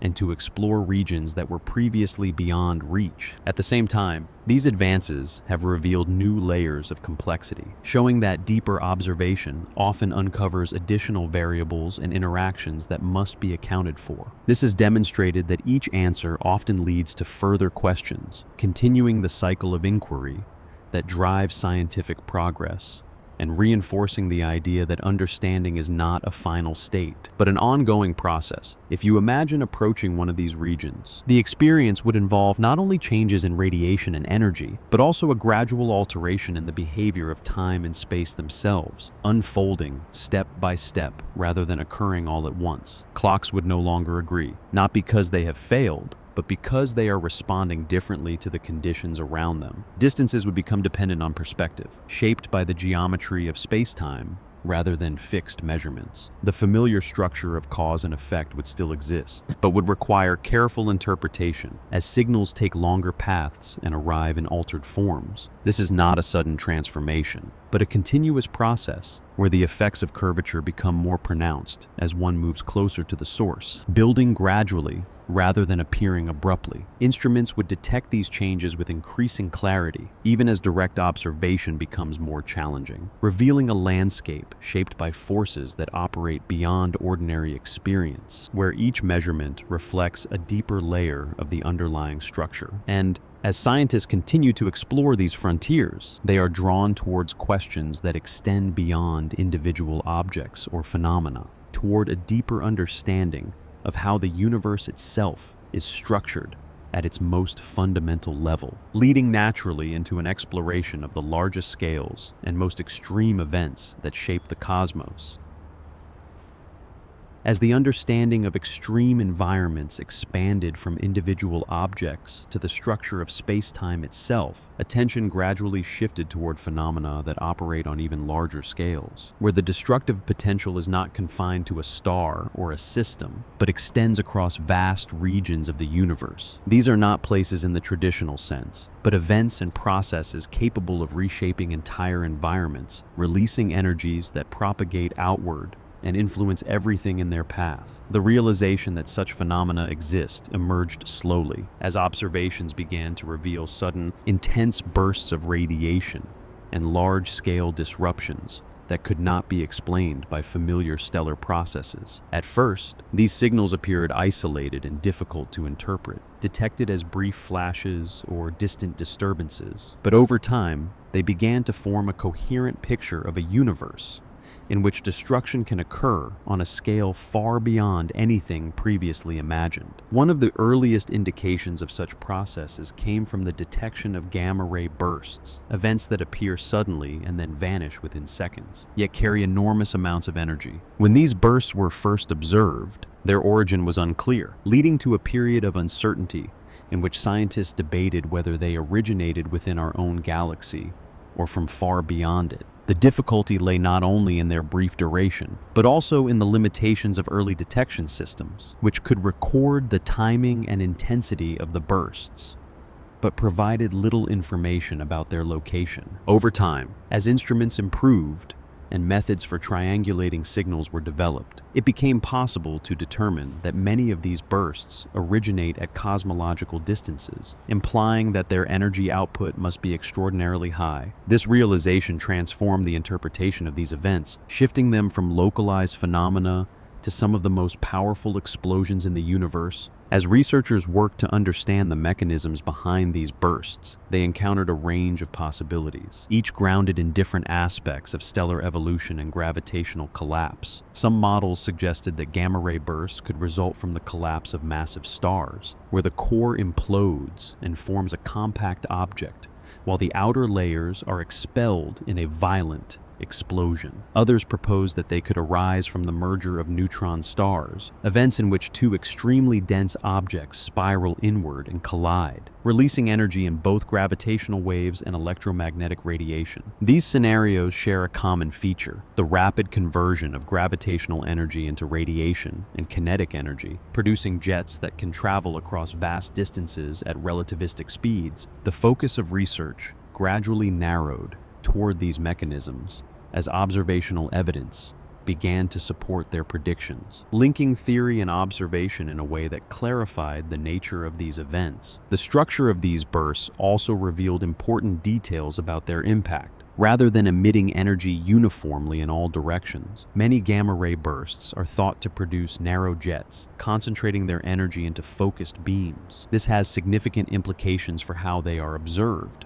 and how their effects are distributed. An observer located within the path of such a jet would detect an intense burst of radiation, while those outside the beam might observe little or nothing. This directional nature helps to explain the apparent rarity of these events, while also indicating that their true frequency may be higher than initially estimated. It also raises the possibility that such an event, if directed toward a planetary system, could have profound consequences, affecting the atmosphere and surface conditions in ways that extend far beyond the immediate vicinity of the source. As the study of these events progressed, scientists began to consider their broader implications for the evolution of galaxies and the conditions conditions necessary for life. High-energy events have the potential to influence star formation, redistribute matter, and alter the chemical composition of interstellar space. They can also affect planetary environments, particularly through the impact of radiation on atmospheres and biological systems. While such effects depend on distance and orientation, the possibility that large-scale cosmic events can influence local conditions highlights the interconnected nature of the universe, where processes occurring in one region can have consequences in another. This perspective shifts the focus from isolated systems to a more integrated view of cosmic evolution, in which large-scale phenomena play a role in shaping the conditions under which smaller structures develop. At the same time, another category of large-scale phenomena began to attract attention, involving the behavior of supermassive black holes at the centers of galaxies. These objects, already recognized as sources of intense energy, can produce powerful jets and outflows that extend far beyond the central region. Interacting with the surrounding medium, observations of active galactic nuclei revealed that these jets can influence the distribution of gas within galaxies, affecting the rate at which new stars form and altering the structure of the galaxy over time. The energy involved in these processes is immense, and the effects can persist over long periods, making them an important factor in the evolution of large-scale cosmic structures. The study of these interactions has led to a deeper understanding of the relationship between black holes and their host galaxies, showing that they are not independent entities, but part of a dynamic system. The mechanisms that drive these large-scale outflows involve complex interactions between gravity, magnetic fields, and plasma dynamics. Matter falling towards a supermassive black hole can form an accretion disk, similar to those found in smaller systems, but on a much larger scale. Within this disk, magnetic fields can become twisted and amplified, channeling energy into jets that are launched along the rotational axis of the system. These jets can travel at speeds close to that of light, carrying energy and matter far from the central region and interacting with the surrounding environment. The details of these processes remain an area of active research as scientists work to understand how energy is transferred and how these structures are maintained over time. As observations expanded to include larger regions of the universe, scientists also began to identify patterns in the distribution of galaxies and the large-scale structure of the cosmos. These patterns reflect the influence of gravity over vast distances, shaping the arrangement of matter into clusters, filaments, and voids. While not destructive in the same immediate sense as gamma-ray bursts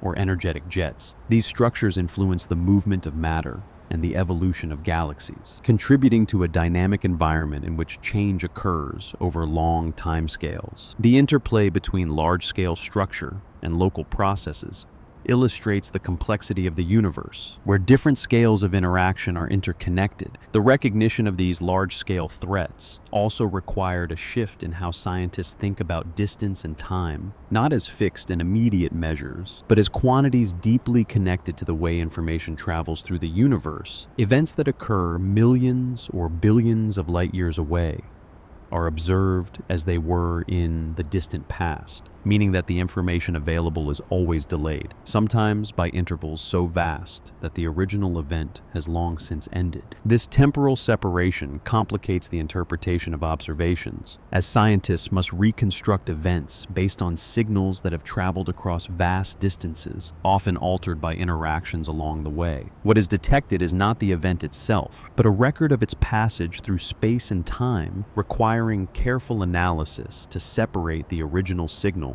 from the effects introduced during its journey. At the same time, this delay provides a way to study the evolution of the universe, allowing researchers to observe different stages of development by looking at objects at varying distances, effectively turning distance into a measure of time. This dual aspect of distance, as both a limitation and a tool, reflects the unique challenges of studying cosmic phenomena, where every observation carries within it a history that must be interpreted as much as it is measured. As research continues, the picture that emerges is one of a universe in which large-scale events play a significant role in shaping the environment, influencing not only immediate surroundings but also broader structures over time. These events are not isolated anomalies, but part of the natural processes that govern the behavior of matter and energy on the largest scales, occurring as a consequence of the same physical laws that operate everywhere else. They demonstrate that the universe is not static,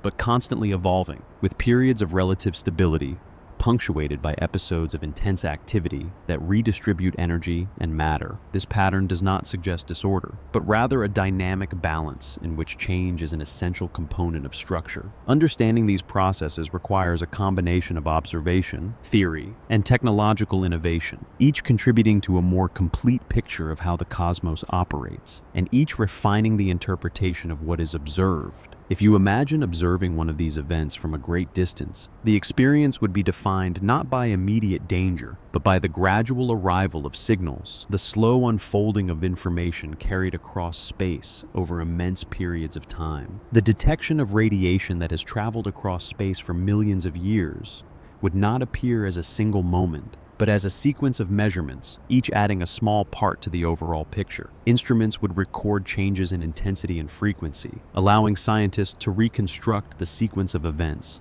and to infer the mechanisms involved, step by step. The scale of these processes is difficult to grasp, as they unfold over distances and times far beyond ordinary experience, making direct intuition insufficient for understanding them. Yet through careful observation and analysis, it becomes possible to piece together a coherent understanding, revealing the underlying patterns that connect these phenomena, and showing how even the most distant events can be brought into the framework of human knowledge. And as this understanding deepens, the focus of inquiry continues to expand, moving beyond individual events toward a broader exploration of how the universe behaves as a whole, and how the most extreme processes contribute to the ongoing evolution of cosmic structure.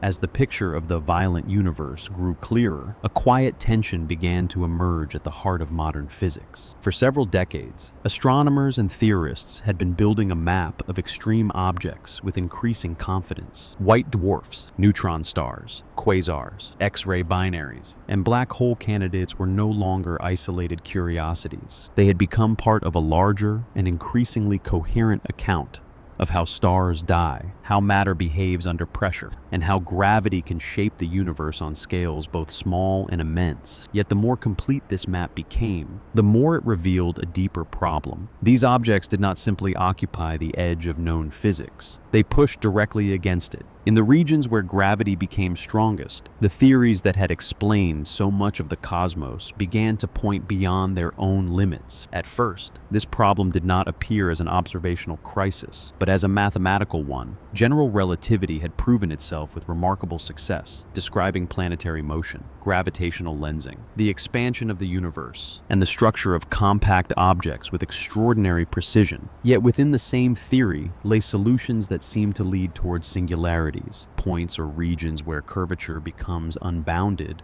and the equations themselves cease to provide a meaningful physical description. For years, many physicists regarded these singularities as signs that the mathematical models were too idealized, too symmetrical, or too detached from the complexities of real astrophysical systems. It was one thing for an equation to predict a breakdown under highly simplified conditions. It was another to show that such a breakdown was a robust consequence of gravity itself. That distinction became central in the 1960s, when Roger Penrose began to rethink the problem from a new angle. Penrose approached gravitational collapse not by searching for neat, exact solutions, but by asking whether singularity formation could be shown to arise under far more general conditions. The difficulty was substantial. Exact solutions to Einstein's equations often depended on symmetry, and symmetry can mislead by making special cases appear more universal than they are. Penrose wanted to know whether collapse toward a singular state required an unrealistic level of perfection, or whether it would still occur in messy, asymmetrical, physically plausible situations. This led him to develop new mathematical techniques that focused not on the detailed geometry of a collapsing object, but on the causal structure of space-time itself. In 1965, his singularity theorem showed that once a trapped surface forms, a region from which light rays converge in all future directions. The development of a singularity is not merely possible, but unavoidable under broad conditions within general relativity. This result changed the discussion in a profound way. A singularity was no longer something that appeared only in specially chosen models. It became, at least within the theory, a general prediction of collapse. The importance of this was not that physicists suddenly believed they had discovered an infinitely dense point at the center of nature, but that the theory itself was now telling them where its own explanatory power might run out. If general relativity inevitably leads to singularities in realistic situations, then either singularities are real features of the universe, or the theory becomes incomplete under extreme conditions. This raised a new question, one that would shape the next stage of research. If gravity carries space-time toward a breakdown in description, what new physics must enter before that point is reached? As Penrose's work spread through the theoretical community, it also altered the intellectual status of black holes. They were no longer merely candidate explanations for certain astrophysical observations. They became central objects in the effort to understand what general relativity really implies. The edge of a black hole, the event horizon, now seemed less like a curious boundary and more like the visible sign of a deeper conceptual problem. Outside the horizon, relativity remained predictive and elegant. Inside, the theory drove matter and geometry toward conditions where known physics could not continue in any ordinary sense. It was here that Stephen Hawking entered the story, first as a young researcher, deeply influenced by Penrose's methods, and then as the scientist who would carry those ideas into even more unsettling territory. Hawking's early work extended Penrose's reasoning from collapsing stars to the universe as a whole. If singularities arise naturally in gravitational collapse, perhaps they also lie in the past history of cosmic expansion. Working through the mathematics of relativistic cosmology, Hawking helped show that under broad conditions, the universe itself appears to emerge from a singular beginning. This linked the physics of black holes to the physics of the Big Bang, suggesting that singularities are not peripheral oddities, but central features in the logical structure of general relativity. The same theory that described the death of stars also seemed to point toward a beginning of time. This gave black hole research a new intellectual depth. They were no longer only extreme astrophysical objects. They were mirrors held up to the foundations of the universe itself. Yet for all the power of these theorems, singularities still represented a boundary rather than an explanation. They indicated where the theory failed, but not what replaces it. The next shift came when physicists began asking whether black holes could be studied, not only through classical relativity, but through thermodynamics and quantum theory. At first, this might have seemed like an unlikely connection. Black holes appeared to be defined by simplicity. According to classical general relativity, once matter collapses into a stationary black hole,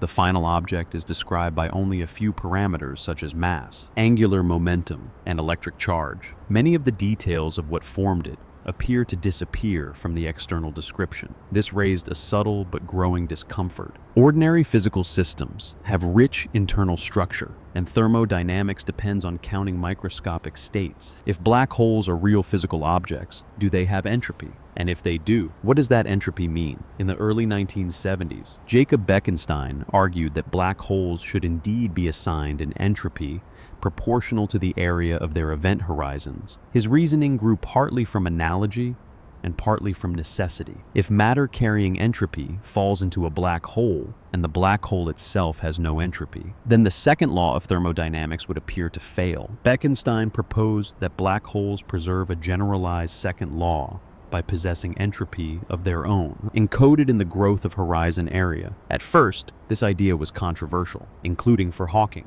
who initially resisted it. A classical black hole does not radiate if it has a temperature of 0. Then how can it have a meaningful thermodynamic character? The analogy was suggestive, but it seemed incomplete. That incompleteness led Hawking to investigate what happens when quantum fields are considered in the curved space-time around a black hole. The result was one of the most surprising discoveries in modern theoretical physics. In 1974, Hawking showed that black holes are not completely black. When quantum effects are taken into account near the event horizon, black holes emit thermal radiation. This radiation arises because the vacuum of quantum field theory is not empty.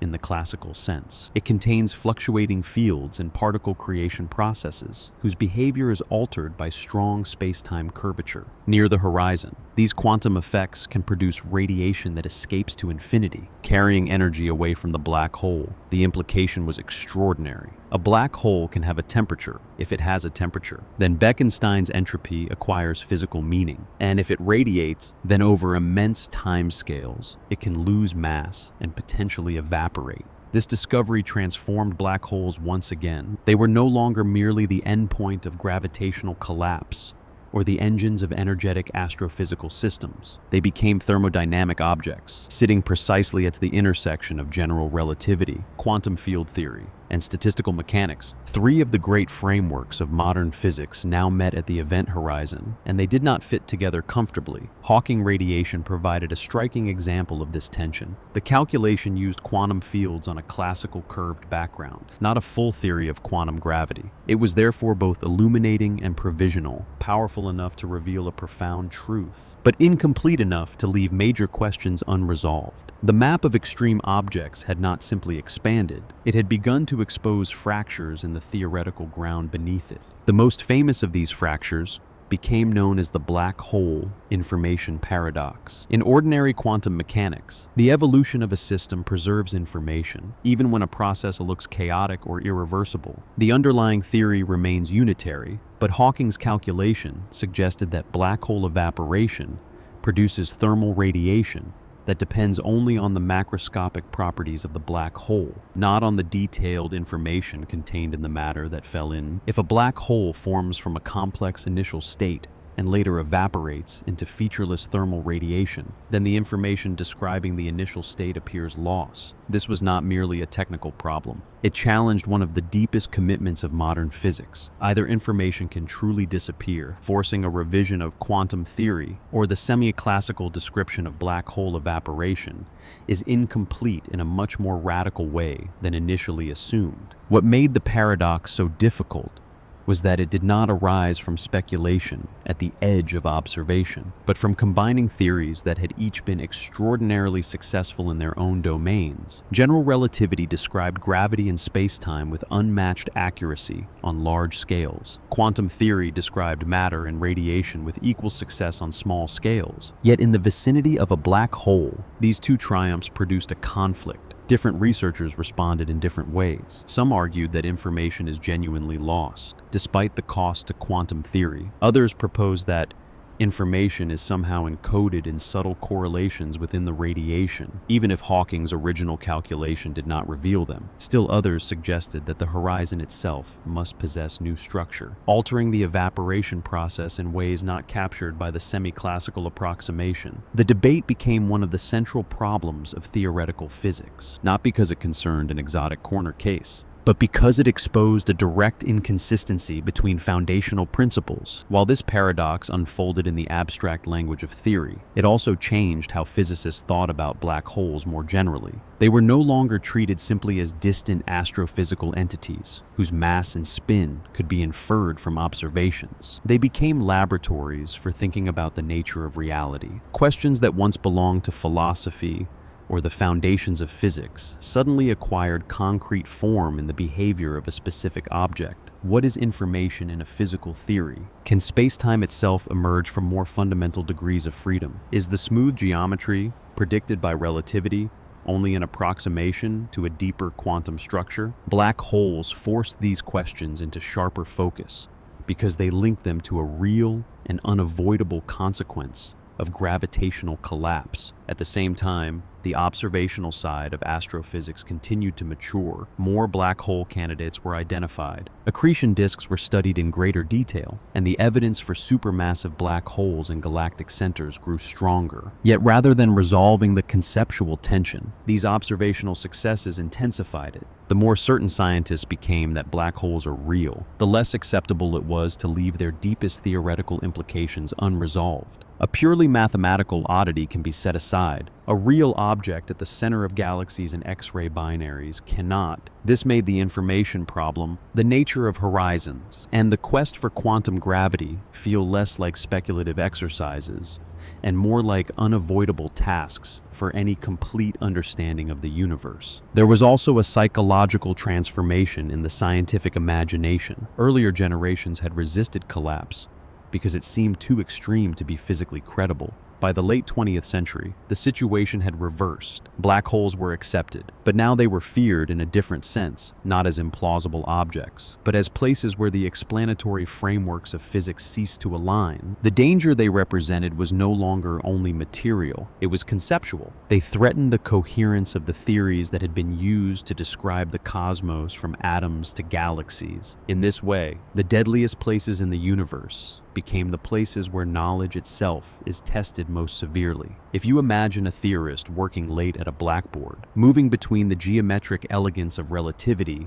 and the probabilistic structure of quantum theory, the difficulty becomes clear. Each step seems sound. Each equation carries its own authority. Yet when brought together near an event horizon, they pull toward incompatible conclusions. This is the kind of scientific crisis that does not destroy a field, but deepens it. It creates pressure for new concepts, new methods, and new syntheses. Over time, this pressure would help motivate some of the most ambitious developments in modern theoretical physics, including holography, quantum gravity programs, and renewed efforts to understand the microscopic structure of space-time. And so the map of the violent universe, once drawn to identify dangerous places, began to serve another purpose. It became a record of where human theories begin to fail under their own success. Black holes, singularities, horizons, and evaporation were no longer merely destinations in the cosmos. They were signs that the structure of reality may be stranger than even relativity and quantum theory had separately suggested. And as this realization settled into physics, attention began to turn not only to the objects themselves, but to the people, instruments, debates, and accidents through which this extraordinary map had been drawn in the first place.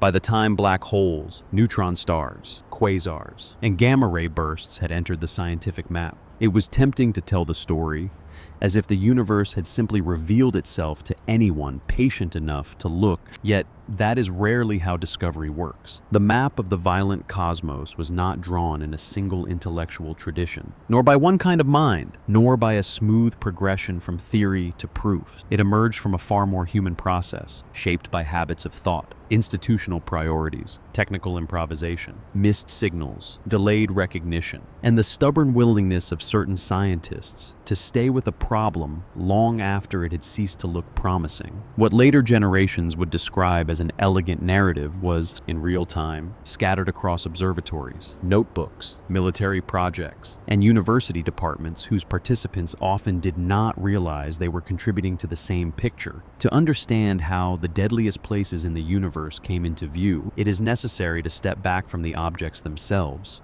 and look instead at the people and practices that made those objects legible.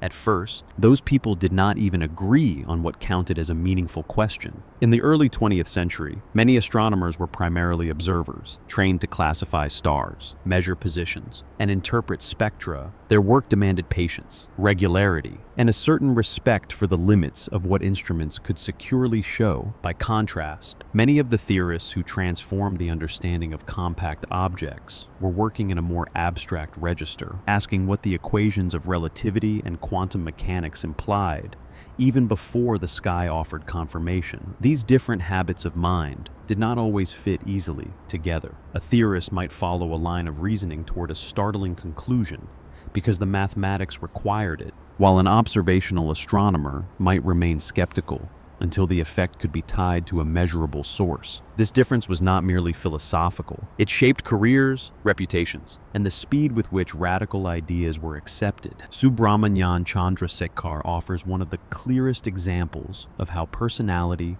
and scientific style can shape the fate of an idea. His work was marked by unusual discipline, not only in the precision of his calculations, but in the structure of his intellectual life. He had a tendency, remarked upon by many who knew him, to devote himself intensely to a problem for years, master it in depth, and then crystallize his results in a form of almost classical completeness. There was something austere in this method, a belief that difficult subjects yield only to prolonged concentration and rigorous internal order. When he calculated the mass limit for white dwarfs, he did not present it as a dramatic speculation, but as a consequence of established principles, followed carefully to their conclusion. Yet this very rigor did not protect him from resistance. When Arthur Eddington publicly rejected Chandrasekhar's result, the disagreement carried more than scientific force. It revealed how authority, seniority, and intuition could delay the acceptance of an idea even when the mathematics was strong. The map, in other words, was not drawn only by reasoning. It was also shaped by who had the power to say what nature ought to permit. That tension between insight and acceptance recurred throughout the history of extreme astrophysics. Oppenheimer's 1939 papers on neutron cores and gravitational collapse were brilliant and historically important, yet they did not become the foundation of a thriving research program at the time. Part of the reason was historical circumstance. War was beginning, and the center of attention in physics was shifting rapidly toward nuclear processes with direct political and military significance. But part of the reason was also disciplinary. The community lacked an observational framework in which these ideas felt urgent. Without pulsars, X-ray binaries, or quasars to force the issue, collapse theory remained mathematically striking but socially marginal. In retrospect, it is easy to see Oppenheimer's work as a landmark. In its own moment, it was more like a signal sent ahead of the science that would eventually know how to receive it. Elsewhere, the map advanced not through sustained theory, but through repeated encounters with stubborn data. Radio astronomy is a good example because it began outside the ordinary pathways of academic astronomy. Carl Jansky was not trying to discover the galaxy in radio waves. He was investigating interference for Bell Telephone Laboratories, doing practical engineering work tied to communication systems. The signal he found, a steady hiss that returned with the stars rather than the sun, was important precisely because it came from a context where no one had gone looking for a new astronomical window. Grote Reber, working with unusual independence and determination, then pushed that accidental opening further by building his own radio telescope at home and mapping the radio sky. This pattern would repeat itself many times. A field or instrument built for one purpose would expose an anomaly. Someone patient or curious enough to take the anomaly seriously would remain with it. Only later would the anomaly acquire its proper place in the story. The same is true, in a more dramatic form, of gamma-ray bursts. Their first detection came not from a civilian astronomy mission, but from the Vela satellites, launched to monitor compliance with the Nuclear Test Ban Treaty. The instruments were not meant to study the deep universe. They were built to detect signatures of human violence. Yet in doing so, they discovered bursts of radiation from far beyond Earth, revealing events that were cosmological in origin and vastly more energetic than anything the monitoring system had been designed to contemplate. Few stories capture the contingencies of scientific discovery more clearly than this one. A military technology, born from geopolitical anxiety, ended up uncovering one of the most extreme phenomena in the cosmos. The map of the dangerous universe was not drawn in isolation from human history. It emerged within that history, shaped by war, surveillance, funding structures, and the repurposing of tools built for other fears. What made these discoveries possible was not just technology, but a certain willingness to mistrust first impressions. New instruments often generate messy data, and messy data can easily be dismissed as noise, error, or malfunction. Much depends on whether someone notices a pattern and decides it deserves more attention. Jocelyn Bell Burnell's discovery of pulsars remains one of the clearest examples of this scientific temperament. As a graduate student, she was working through long paper chart recordings from a radio telescope, searching for signs of interplanetary scintillation. The unusual signal she noticed did not announce itself as revolutionary. It appeared as a bit of scruff on the chart, easily overlooked amid the mass of daily output. What mattered was not merely that she saw it, but that she returned to it, compared it, checked its recurrence, and refused to dismiss it before understanding it. The subsequent joking reference to little green men has often been repeated, but what really matters in the history of science is the observational discipline beneath the anecdote. Discovery here was not a flash of genius detached from labor. It was the product of sustained attention. That kind of attention often exists in tension with the way credit is later assigned. Scientific memory tends to compress collective processes into a few recognizable names. It prefers landmarks to networks. Yet the actual construction of the cosmic map depended on large numbers of people whose roles were not symmetrical. Instrument builders, graduate students, data analysts, and engineers often made essential contributions that were less visible than the final theoretical synthesis or public recognition. Bell Burnell's exclusion from the Nobel Prize, awarded for the discovery of pulsars,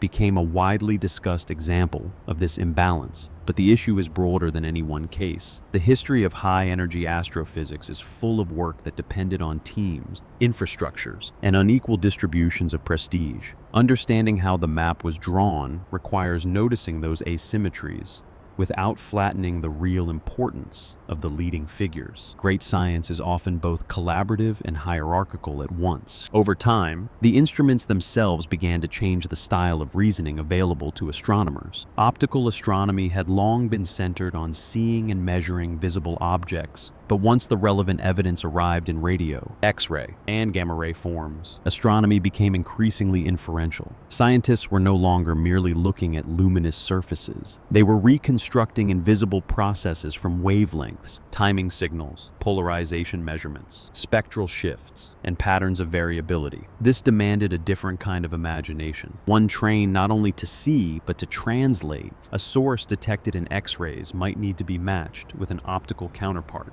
then interpreted through models of accretion, plasma, and relativity. The object itself might remain unseen in any ordinary sense. Its existence had to be inferred from effects. This raised the threshold for persuasion and also increased the role of models, simulations, and statistical reasoning in everyday astrophysics. Such changes in method also altered the psychology of the field. Earlier astronomers often worked with the comforting assumption that observation would gradually clarify what nature already offered. Plainly enough, high-energy astrophysics introduced a more difficult epistemic landscape. Signals were often weak, delayed, indirect, and mixed with competing interpretations. Entire debates could hinge on whether a source was galactic or extragalactic, whether an observed mass estimate was secure, or whether a transient signal represented a new class of object, or merely a variant of something already known. As a result, researchers had to become more comfortable with uncertainty as a permanent condition rather than a temporary inconvenience. This did not mean lowering standards, quite the opposite. It meant learning how to hold multiple possible explanations in suspension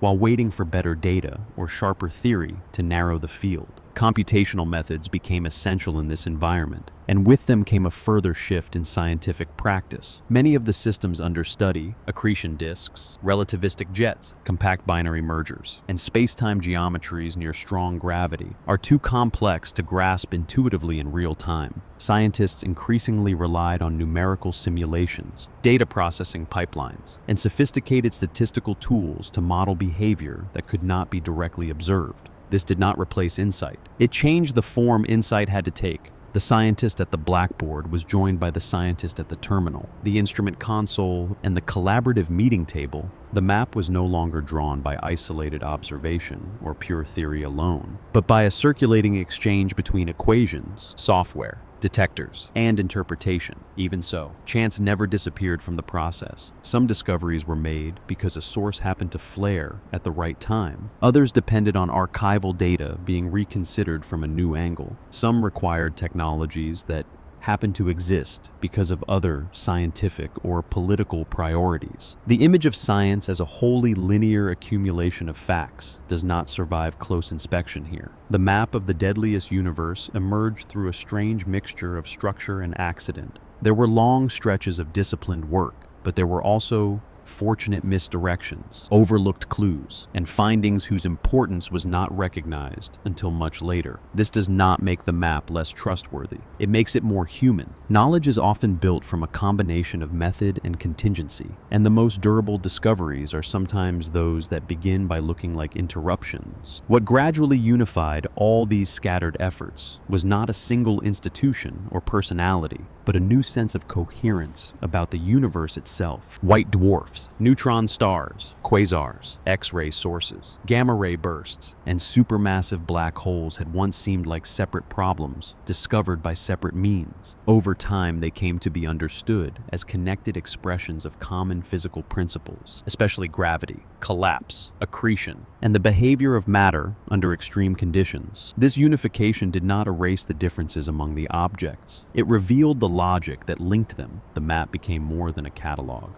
It became an organized atlas of how the universe behaves when familiar balances fail. Seen from this angle, the making of the map was not only an intellectual achievement, but a transformation in scientific temperament. Researchers had to learn to accept that the universe is legible through signals that are indirect, intermittent, and sometimes deeply counterintuitive. They had to tolerate disagreement without paralysis, and abstraction without immediate visual confirmation. They had to trust equations when observations lagged behind, and trust observations when equations pointed toward uncomfortable conclusions. They also had to work within institutions that were imperfect, competitive, and shaped by broader histories of war, funding, status, and access. The final image of the violent universe often appears clean in retrospect. Its construction was anything but. If you imagine that early observatory dome once again with its quiet telescope aimed at the stars, it now belongs to a much larger system of seeing. Around it have gathered radio dishes, orbiting detectors, supercomputers, data archives, and communities of specialists trained to extract meaning from the faintest signals. The sky is no longer only looked at.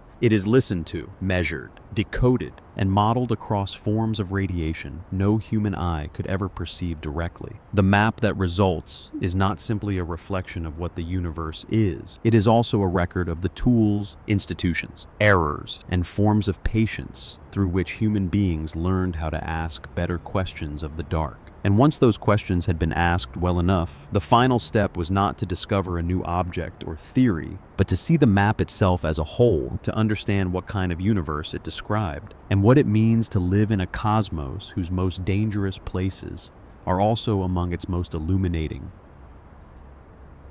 By the time the map had been drawn with enough clarity to be recognized as a whole, the universe no longer resembled the quiet arrangement of stars that earlier generations had imagined. It had become something more layered, more dynamic, and in a certain sense more truthful. The constellations were still there, and the visible sky still carried the same outward calm that had once suggested stability. Yet behind that calm surface, science had uncovered an atlas of regions and events governed by extreme gravity, collapsing matter, relativistic motion, and radiation so intense that it can alter or erase the conditions needed for ordinary structures to survive. What changed was not the sky itself, but the depth at which it could be read. The old map had shown where the stars were. The finished atlas showed what they become, what they leave behind, and what kinds of environments emerge when the balances that sustain ordinary matter begin to fail. At first, those environments had seemed too different to belong together. A white dwarf did not look, conceptually or observationally, like a quasar. A pulsar did not seem to belong in the same family as a gamma-ray burst. An X-ray binary in our own galaxy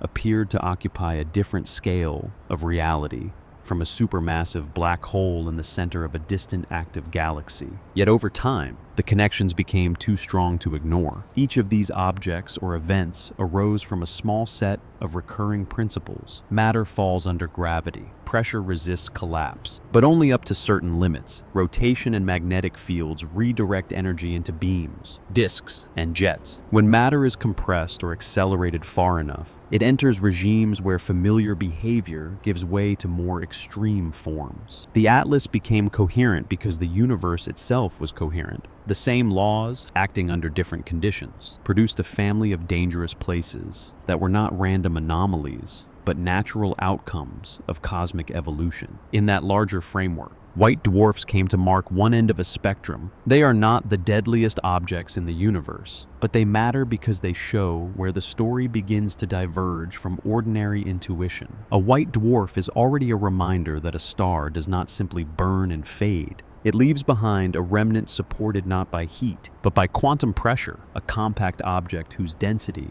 would have seemed implausible in earlier centuries. From there, the atlas extends inward and downward, through greater mass and stronger gravity, toward neutron stars. These remnants represent a further collapse of familiar structure, where atoms as ordinary objects no longer survive, and matter is packed into a form so dense that a small volume contains a mass beyond everyday comprehension. In them, the death of a star becomes a laboratory of matter under pressure, a place where the universe reveals what happens when its usual arrangements are stripped away. Neutron stars also gave the atlas a new kind of precision, because they were not only predicted, but heard. Pulsars translated an extreme physical state into a regular signal, something measurable, repeatable, and unmistakably real. Their radio pulses turned collapse into timing, and timing into evidence. This mattered not only because it confirmed a theory, but because it changed the relationship between danger and observation. The dangerous places in the universe were no longer hidden solely behind mathematical possibility. Some of them announced themselves rhythmically across the darkness. A neutron star could be invisible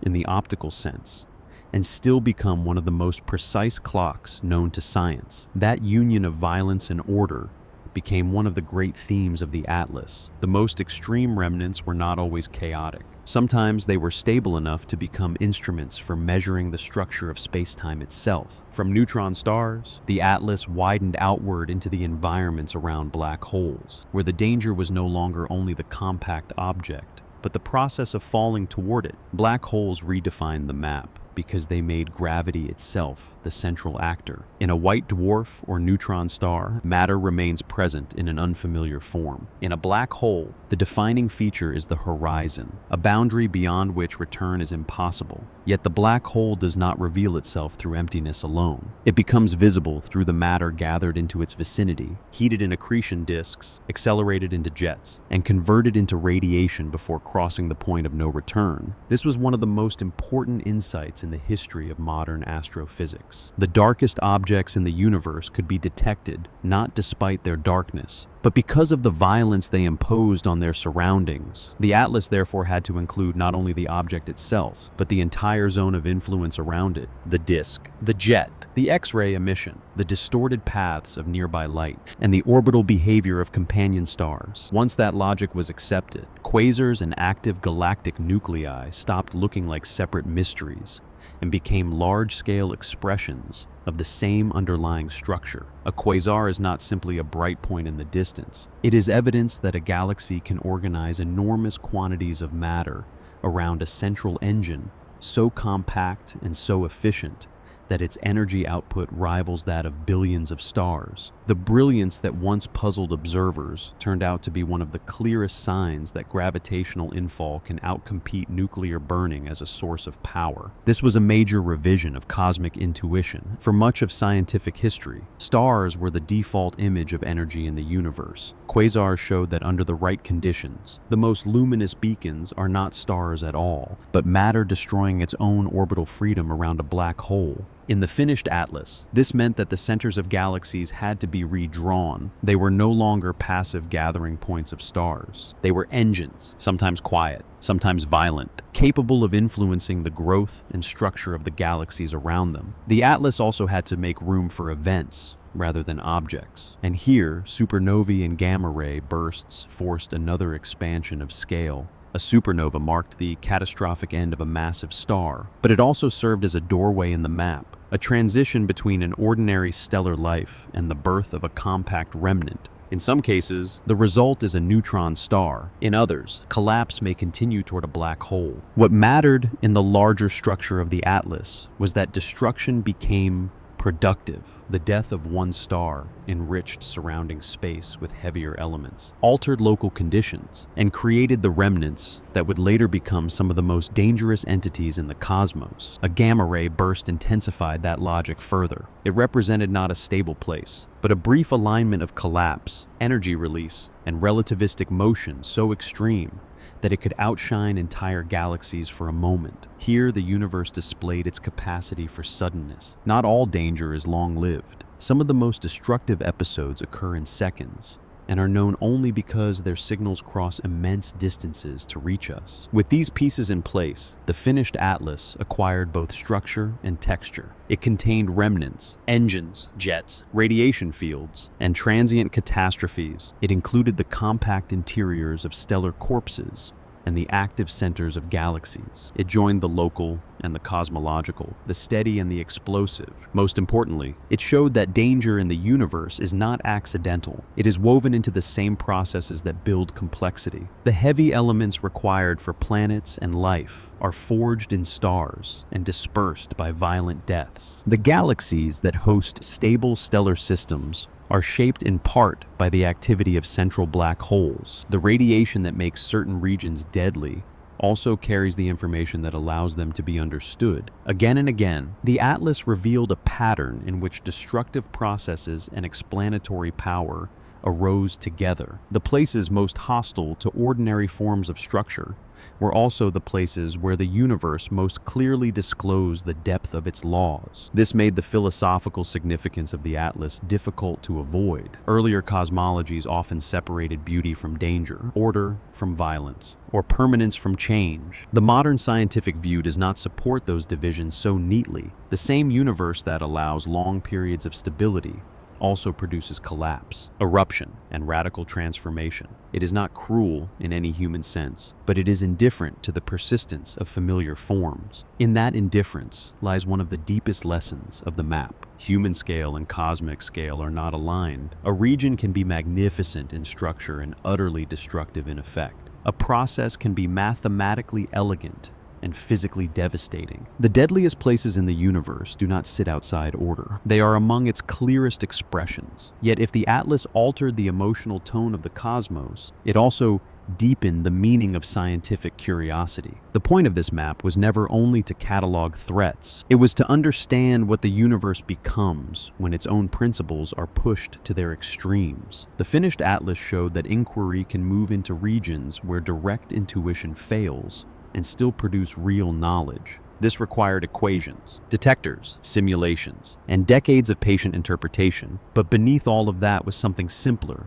and more enduring. Scientists kept following ideas and signals into increasingly unfamiliar territory because they believed that the universe, however strange, would remain intelligible if approached with enough rigor. That faith was not naive. It survived repeated confrontations with phenomena that seemed at first too extreme to be physically credible. In this sense, the map of the deadliest universe is also a record of intellectual courage, not the dramatic courage of immediate danger, but the quieter kind required to continue reasoning where common sense no longer leads. That courage is especially visible in the way the atlas continues to remain unfinished, even as it becomes more complete. The Event Horizon Telescope gave a visual form to the surroundings of a supermassive black hole. Gravitational wave observatories have detected the mergers of compact objects through ripples in space-time itself. High-energy telescopes continue to trace bursts, flares, and jets across the sky. Each of these developments sharpens the map, yet none of them closes it.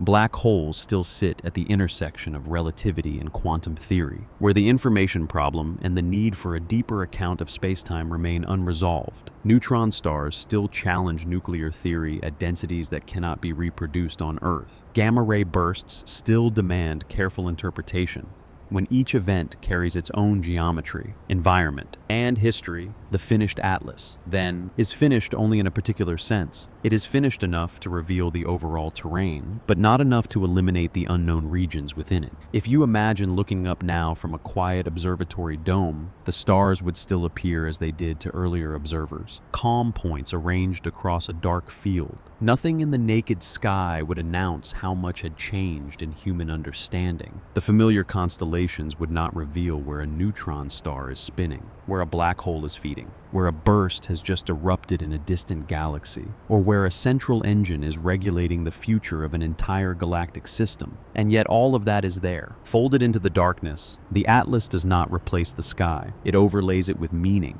depth, and hidden structure. It teaches that what appears tranquil from a distance may be sustained by processes of astonishing intensity, and that the most important features of reality are often those that cannot be seen directly. In the end, the finished atlas changes more than astronomy. It changes the posture from which we think about nature. It asks us to accept that knowledge often advances by moving toward what seems least hospitable to ordinary understanding. The deadliest places in the universe are also places where theories become sharper, where instruments become more inventive, and where the relationship between observation and imagination is tested most severely. They remind us that science does not proceed by choosing only comfortable objects. It proceeds by following evidence into places where prior categories fail and new ones must be built. That is why this map matters. It is not only a description of where danger lies in the cosmos, it is a demonstration of how far the human mind can travel, even when the destination is an event horizon, a collapsed star, a burst of high energy from the edge of the visible universe, or a singularity that marks the limit of what present theories can say. And so the atlas closes not with certainty, but with a deeper kind of orientation. We now know that the universe contains regions where gravity traps light,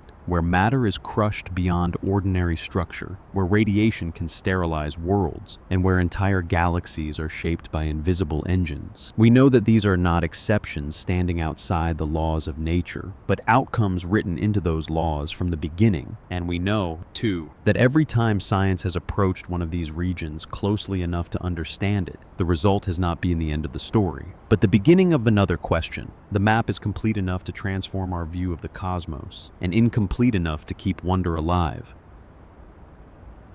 Over the past century, the quiet conclusions of papers like Oppenheimer's have gradually transformed into a detailed and evolving picture of the universe. Observations from radio telescopes, orbiting observatories, and deep space instruments have revealed that the cosmos is not simply a collection of distant stars. It is a dynamic environment shaped by gravitational collapse, intense radiation, and events of extraordinary energy. Black holes now appear to lie at the centers of many galaxies. Neutron stars spin rapidly through space, sending precise pulses of radio waves across enormous distances. Gamma-ray bursts flash briefly from the far reaches of the universe, releasing more energy in moments than entire stellar systems produce over long stretches of time. Yet the significance of these discoveries extends beyond the identification of extreme astronomical objects. The study of such environments has forced scientists to reconsider some of the most fundamental ideas about how nature operates. Questions raised by black holes and other extreme phenomena